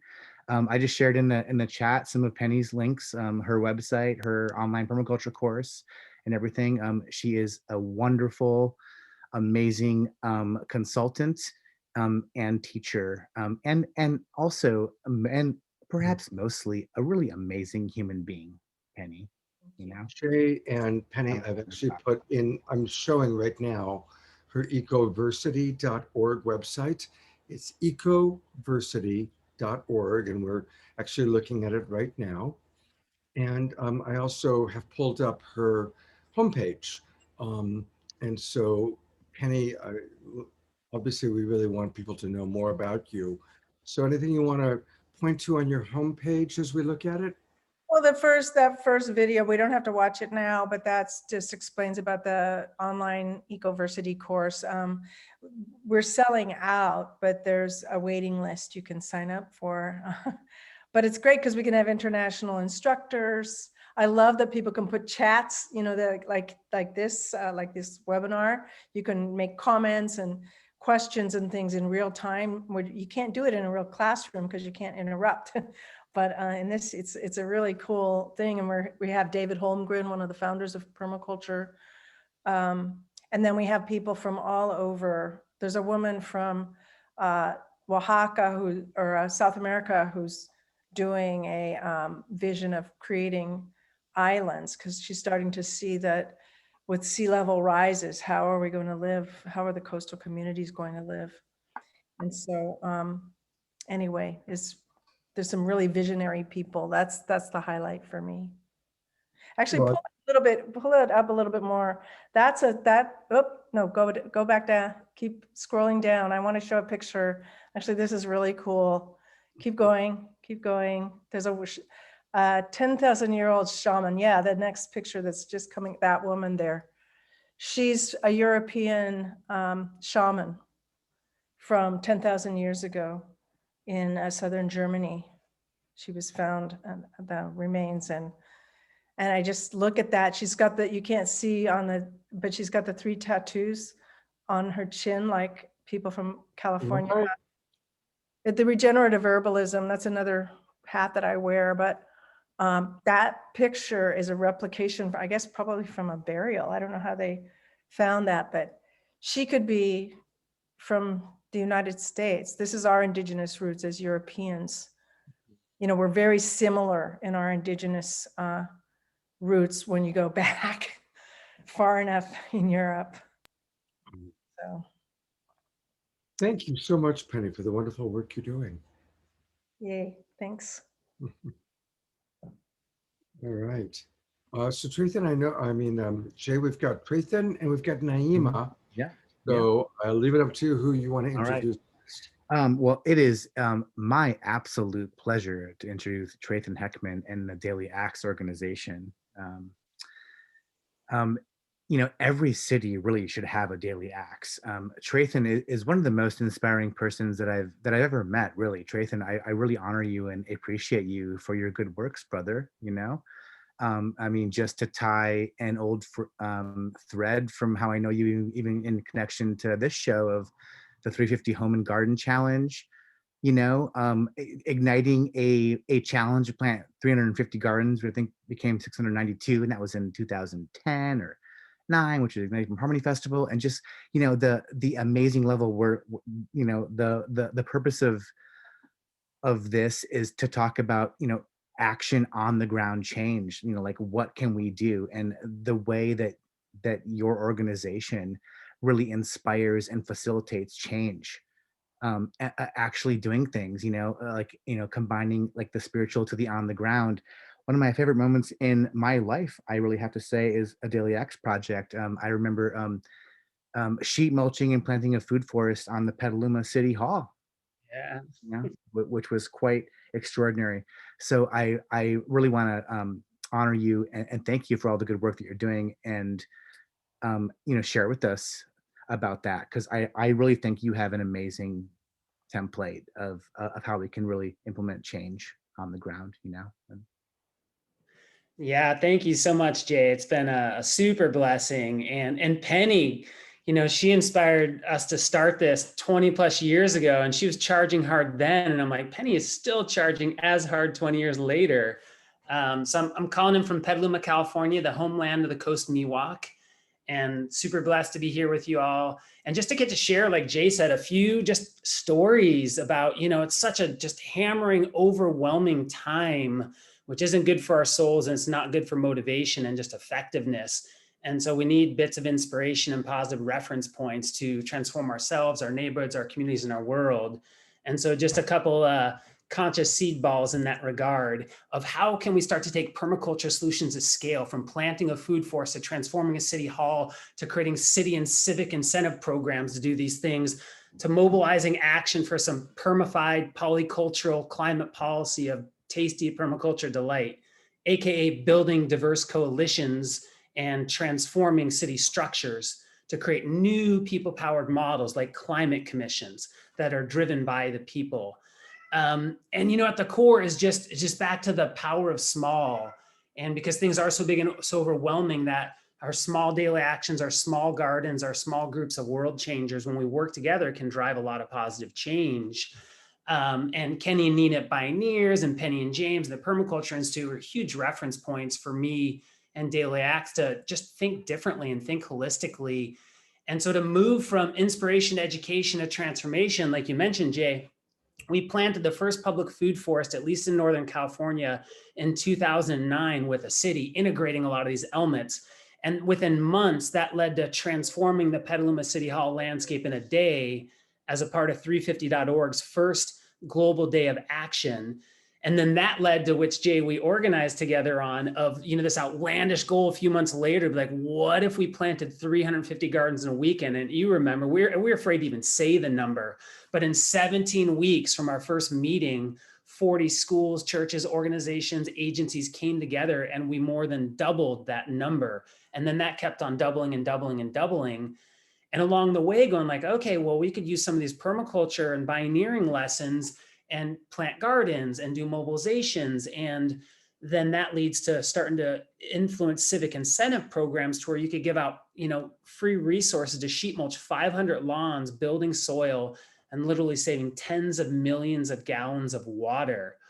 And so using these lessons, right, that you just like, if you just think this way, which is not how our structured, siloed, top-down culture thinks, which is not sufficient to solve really complicated, fast-moving, interconnected problems. But if you think like a permaculturist and a pioneer, then you could start to design gardens and programs and coalitions that are holistic and connected. And so as over the last 6+ years, we've been hit by record drought and record fire and record fire and record flood and pandemic in Northern California, it's just getting hit again and again. And that in part really caused us to look at, well, we've been focused on climate work, but a couple of years ago, it was like, even in a community leadership like Sonoma County, there is not a plan on any organization, business, agency table in our community aligned with the science of survival. And so we started mobilizing around climate policy and policy for equitable climate action. And we co-founded a group called Climate Action Petaluma and worked with our city, did a big community mobilization. And within a few months, our city became the first city in the county to declare climate emergency, to prioritize equitable climate action, and per working with them closely, community powered, to change the city's charter and create a new climate commission, which was initially led by a third women of color and now has youth leadership as well. And this created a ripple throughout Sonoma County to where recently I saw the climate mobilization mention that we're the first county in the country to have all of our cities and our county declare climate emergency. And steps beyond that, we have a number of municipalities through this process that have now declared 2030 zero emission targets. And further bringing in some Permi energy, part of how this happened is because we had a phenomenal council and staff that we've been working with for like a decade on these kind of programs. But we had a former Daily Act staff who's a permaculture designer. She took the PDC that we hosted for Toby Hemingway. And so you have someone on council driving climate leadership that understands grassroots, understands community, understands permaculture. And that really enabled us to start to think differently and work closely with our city and to propose these new structures and literally get a record number of applicants for our climate commission and do their first ever public powered process. and in the process, we had, like Kylea Frederick, who's this amazing Black First Nations climate justice organizer, who's our vice chair of our commission, and Jean Gurr was on the climate commission. They had no intention, they told me, of applying for the climate commission, but like in a permaculture garden where you create conditions conducive for life to thrive, when they saw the community rise up calling for equitable climate action, they stepped in and they applied for the commission, and now they're new voices of leadership. And our new vice chair, who's a coalition partner and ally, we now have a climate majority on our council. And he told me, sitting in a permaculture garden, he 100% felt the power and encouragement to go for city council because of this community engagement. So you could start to build this from small actions to gardens, to campaigns, to partnerships, and start to shift culture and shift councils and shift policy and literally shift governance structures in our communities. And spread that out, especially when we, follow these systems change strategies of working at multiple scales, locally, regionally, nationally, with other partners and collaborating together. That's when the power of our small, in our groups, in our coalitions, and our networks can drive powerful change. And so there's, and this is like, granted, there are obviously a massive scale of challenges we face, but it's also such a phenomenally ripe opportunity. And to think of these small daily actions, these small gardens, these small groups, but literally we have to transform the structures of governance. So in addition to zero emission targets and new commissions, we've been proposing, and last spring when COVID was hitting, in addition to mobilizing 1,000 apartment-friendly gardens coalition partners, literally we created a community-powered climate emergency policy framework, a 50-page climate framework that was powered by the community, which supported our city because city staff was overloaded, overwhelmed. But when you create structures for people to find their power together and to prioritize frontline voices in these conversations, it literally unleashes the power of community in really amazing ways. And I'm close on time here and there's plenty more to talk about, but I just want to say reference points like Bill McKibben and Penny and UJ and Kenny and all the people on this call, Naima of the poetry, like that is such food for the soul. And we start with our actions and we start with our small groups and we collaborate and we start small and we build and we build and we build. And, phenomenal change can happen starting small and taking heart and taking part and taking action, just building from there. So gratitude to all y'all are hosting this, and look forward to hearing some more poetry, and that's my time. Right on, Trathan. Thank you so much. Really honor you and appreciate you. And I mean, I just can't say enough, sing the praises of what you've done with Daily Acts. Just, the cross community engagement, I mean, what you've done with working with local governments, like there's often this like us and them, this like divide, whether it's cultural or like, the big evil corporations or like the government, and then, realizing we all share the same water, the same food, the same community, and putting that in a way that's like gets city governments to get on board of, oh yeah, actually we can save water, we save money, this is good, and rolling, it is absolutely phenomenal. I mean, I just really want to say what you have done, what Daily Acts has done and continues to do, and I think it really should be a model for communities across America, really. And I want to encourage people, again, Scott, if you could bring up there you go, Daily Acts organization, take part, take action today. This organization is phenomenal. Click the button and donate to them. Really, they are doing, and if you're in Northern California, go to one of their programs, and contact them about, Trathan, Transition US, like, this should roll out across, more than just Petaluma, so thank you so much. Part of the fundraiser, we're planning on partnering with Bioneers on doing a series to take steps on that, and it's all collaboration. I mean, it's Daily Acts is a small part. We have a zillion partners, but to be able to, part of the fundraising for the campaign and for this tonight is going to be to create this Bioneers series to be able to share out from the inner leadership pieces to the campaign mobilizations to the policy front. So thank y'all. Right on. Thank you, brother. I really appreciate your background too. Yeah. And just a reminder that people can go to dailyacts.org and then click on the donate button, and it gives you all sorts of options. Remember, remind us, Trayton, about the donations being matched. Tell us about that. Absolutely. So we actually literally just started a spring matching fund campaign, and some generous donors came together and donated $30,000 that they're matching. So whether you give $5 or $5,000, every dollar you give will get matched tonight and in the next 2 weeks. So we get to double that to be able to, and we have an amazing, like we're starting in a week, a BIPOC focused Petaluma Equitable Climate Action Coalition to work with the city, and we're funding them. We put the whole grant for it into to be able to get them in front of the city council and work with the commission and our city manager. And so we need those voices, and we got to ante up, like prioritize the voices and fund them to be there in these meetings as well. So supporting efforts like that is what's the donations go to too.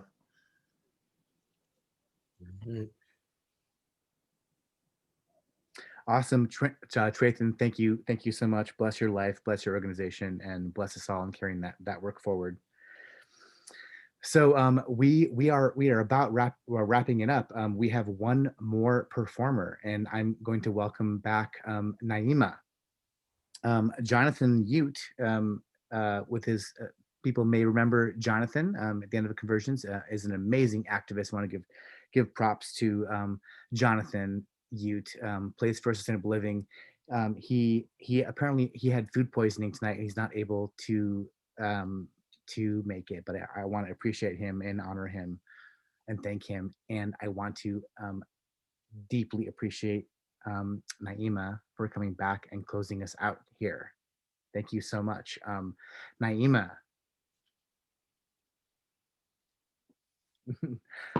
I so appreciate you for really walking the front lines, in your music, in your poetry, and then doing it on the ground with what you're doing with Soulfire Farm and all that. I mean, it is incredible.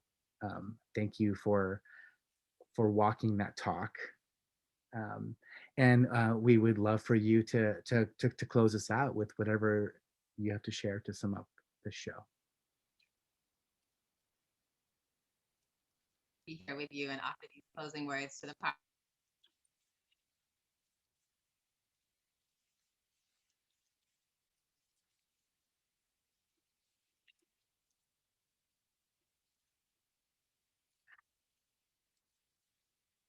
Oh, The great divide.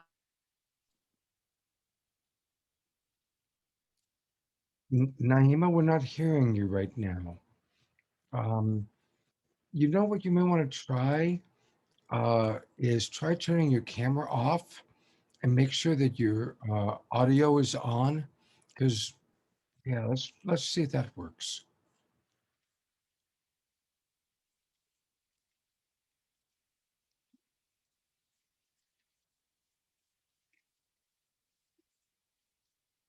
I'm just not hearing you.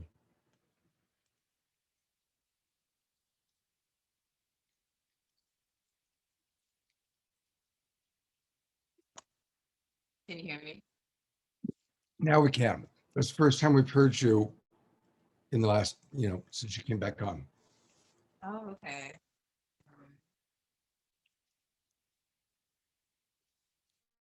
And we so do want to experience what you have to offer, your beautiful offerings. Thank you. Can you hear me okay now? Yes, your video's choppy, but your audio seems to be okay. Thank you so much for the opportunity to offer these closing words, the powerful journey that we just went on. It's an honor to walk with you.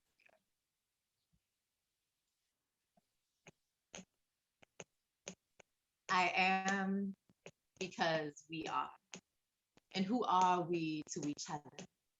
Beyond the great divide, we are interwoven and arising, recognizing our survival depends on our deciding to cast aside the paradigms that build a hierarchy of lives. What do you see on the horizon? Are we in hiding? Are we thriving? Have we been guided through the night, made it to the other side? Labor pain feels like dying, pushing into a ring of fire, but something is yearning to be born and worth fighting for. We need to breathe deeper. The machine is crashing. The empire is collapsing. We need to breathe through the contractions of this excruciating passage. Our children have asthma. Our grandmas are gasping. We need to breathe deeper.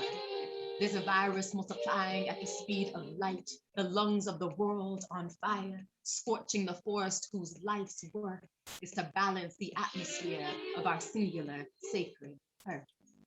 We need to breathe deeper. There's a knee on the neck of our precious reflection, lost to lack of breath. We need to breathe deeper. Feel the movement of air enter your nostrils. Sense your chest expanding. Shake more space around the heart. Become buoyant. Inflate your lungs. Become quiet. Hear the pulse of your own drum. Become thunder. Become lightning striking its yes into the atmosphere. There is a field out past limitation. I will meet you there. Let's get in formation. We have the dream. Let's build the foundation. Awaken, unveiled. No more mistaking. We are remembering. We are members of creation at the gate of transformation. Now we're entering. Times are shifting. What are you witnessing? Kiss the ground is whispering, come, fall to your knees. I need your listening. Hush the mind so you can see the signs as they reveal themselves. Slow down, we are running out of time, and can you feel yourself? No distractions, face our shadows so we can hear ourselves. Complete the circle. We have all we need around us, between us, and inside of us. Survivalists, we got our light and compass guiding us. Close your eyes. Can you see it? A divination as brilliant as our collective dreaming. The future will be the sum of all that we believed in and had the courage to achieve when there were no guarantees. We are descendants of a long line of freedom-seeking people who read the signs, communed with the unseen. We are carrying the torch connected to the source, one drop of light in the darkest night, a beacon guiding us north. Don't shrink, time to soar. We know one thing's for sure. If we get this right, we will never return to a normal, immoral that no longer serves, no going back, justice yearns to be born. Let's birth a future our people and this earth deserve. We dedicate our lives to a world conducive to life. We commit our breath to a destiny where all of us can breathe. Say it with me. We dedicate our lives to a world conducive to life. We commit our breath to a destiny where all of us can breathe. We dedicate our lives to a world conducive to life. We commit our breath to a destiny where all of us can breathe. Thank you so much, Naima. That was very, very beautiful. And Naima, you can learn more about her by going to youtube.com/Naima Infinity, or you can get her at Naima Infinity.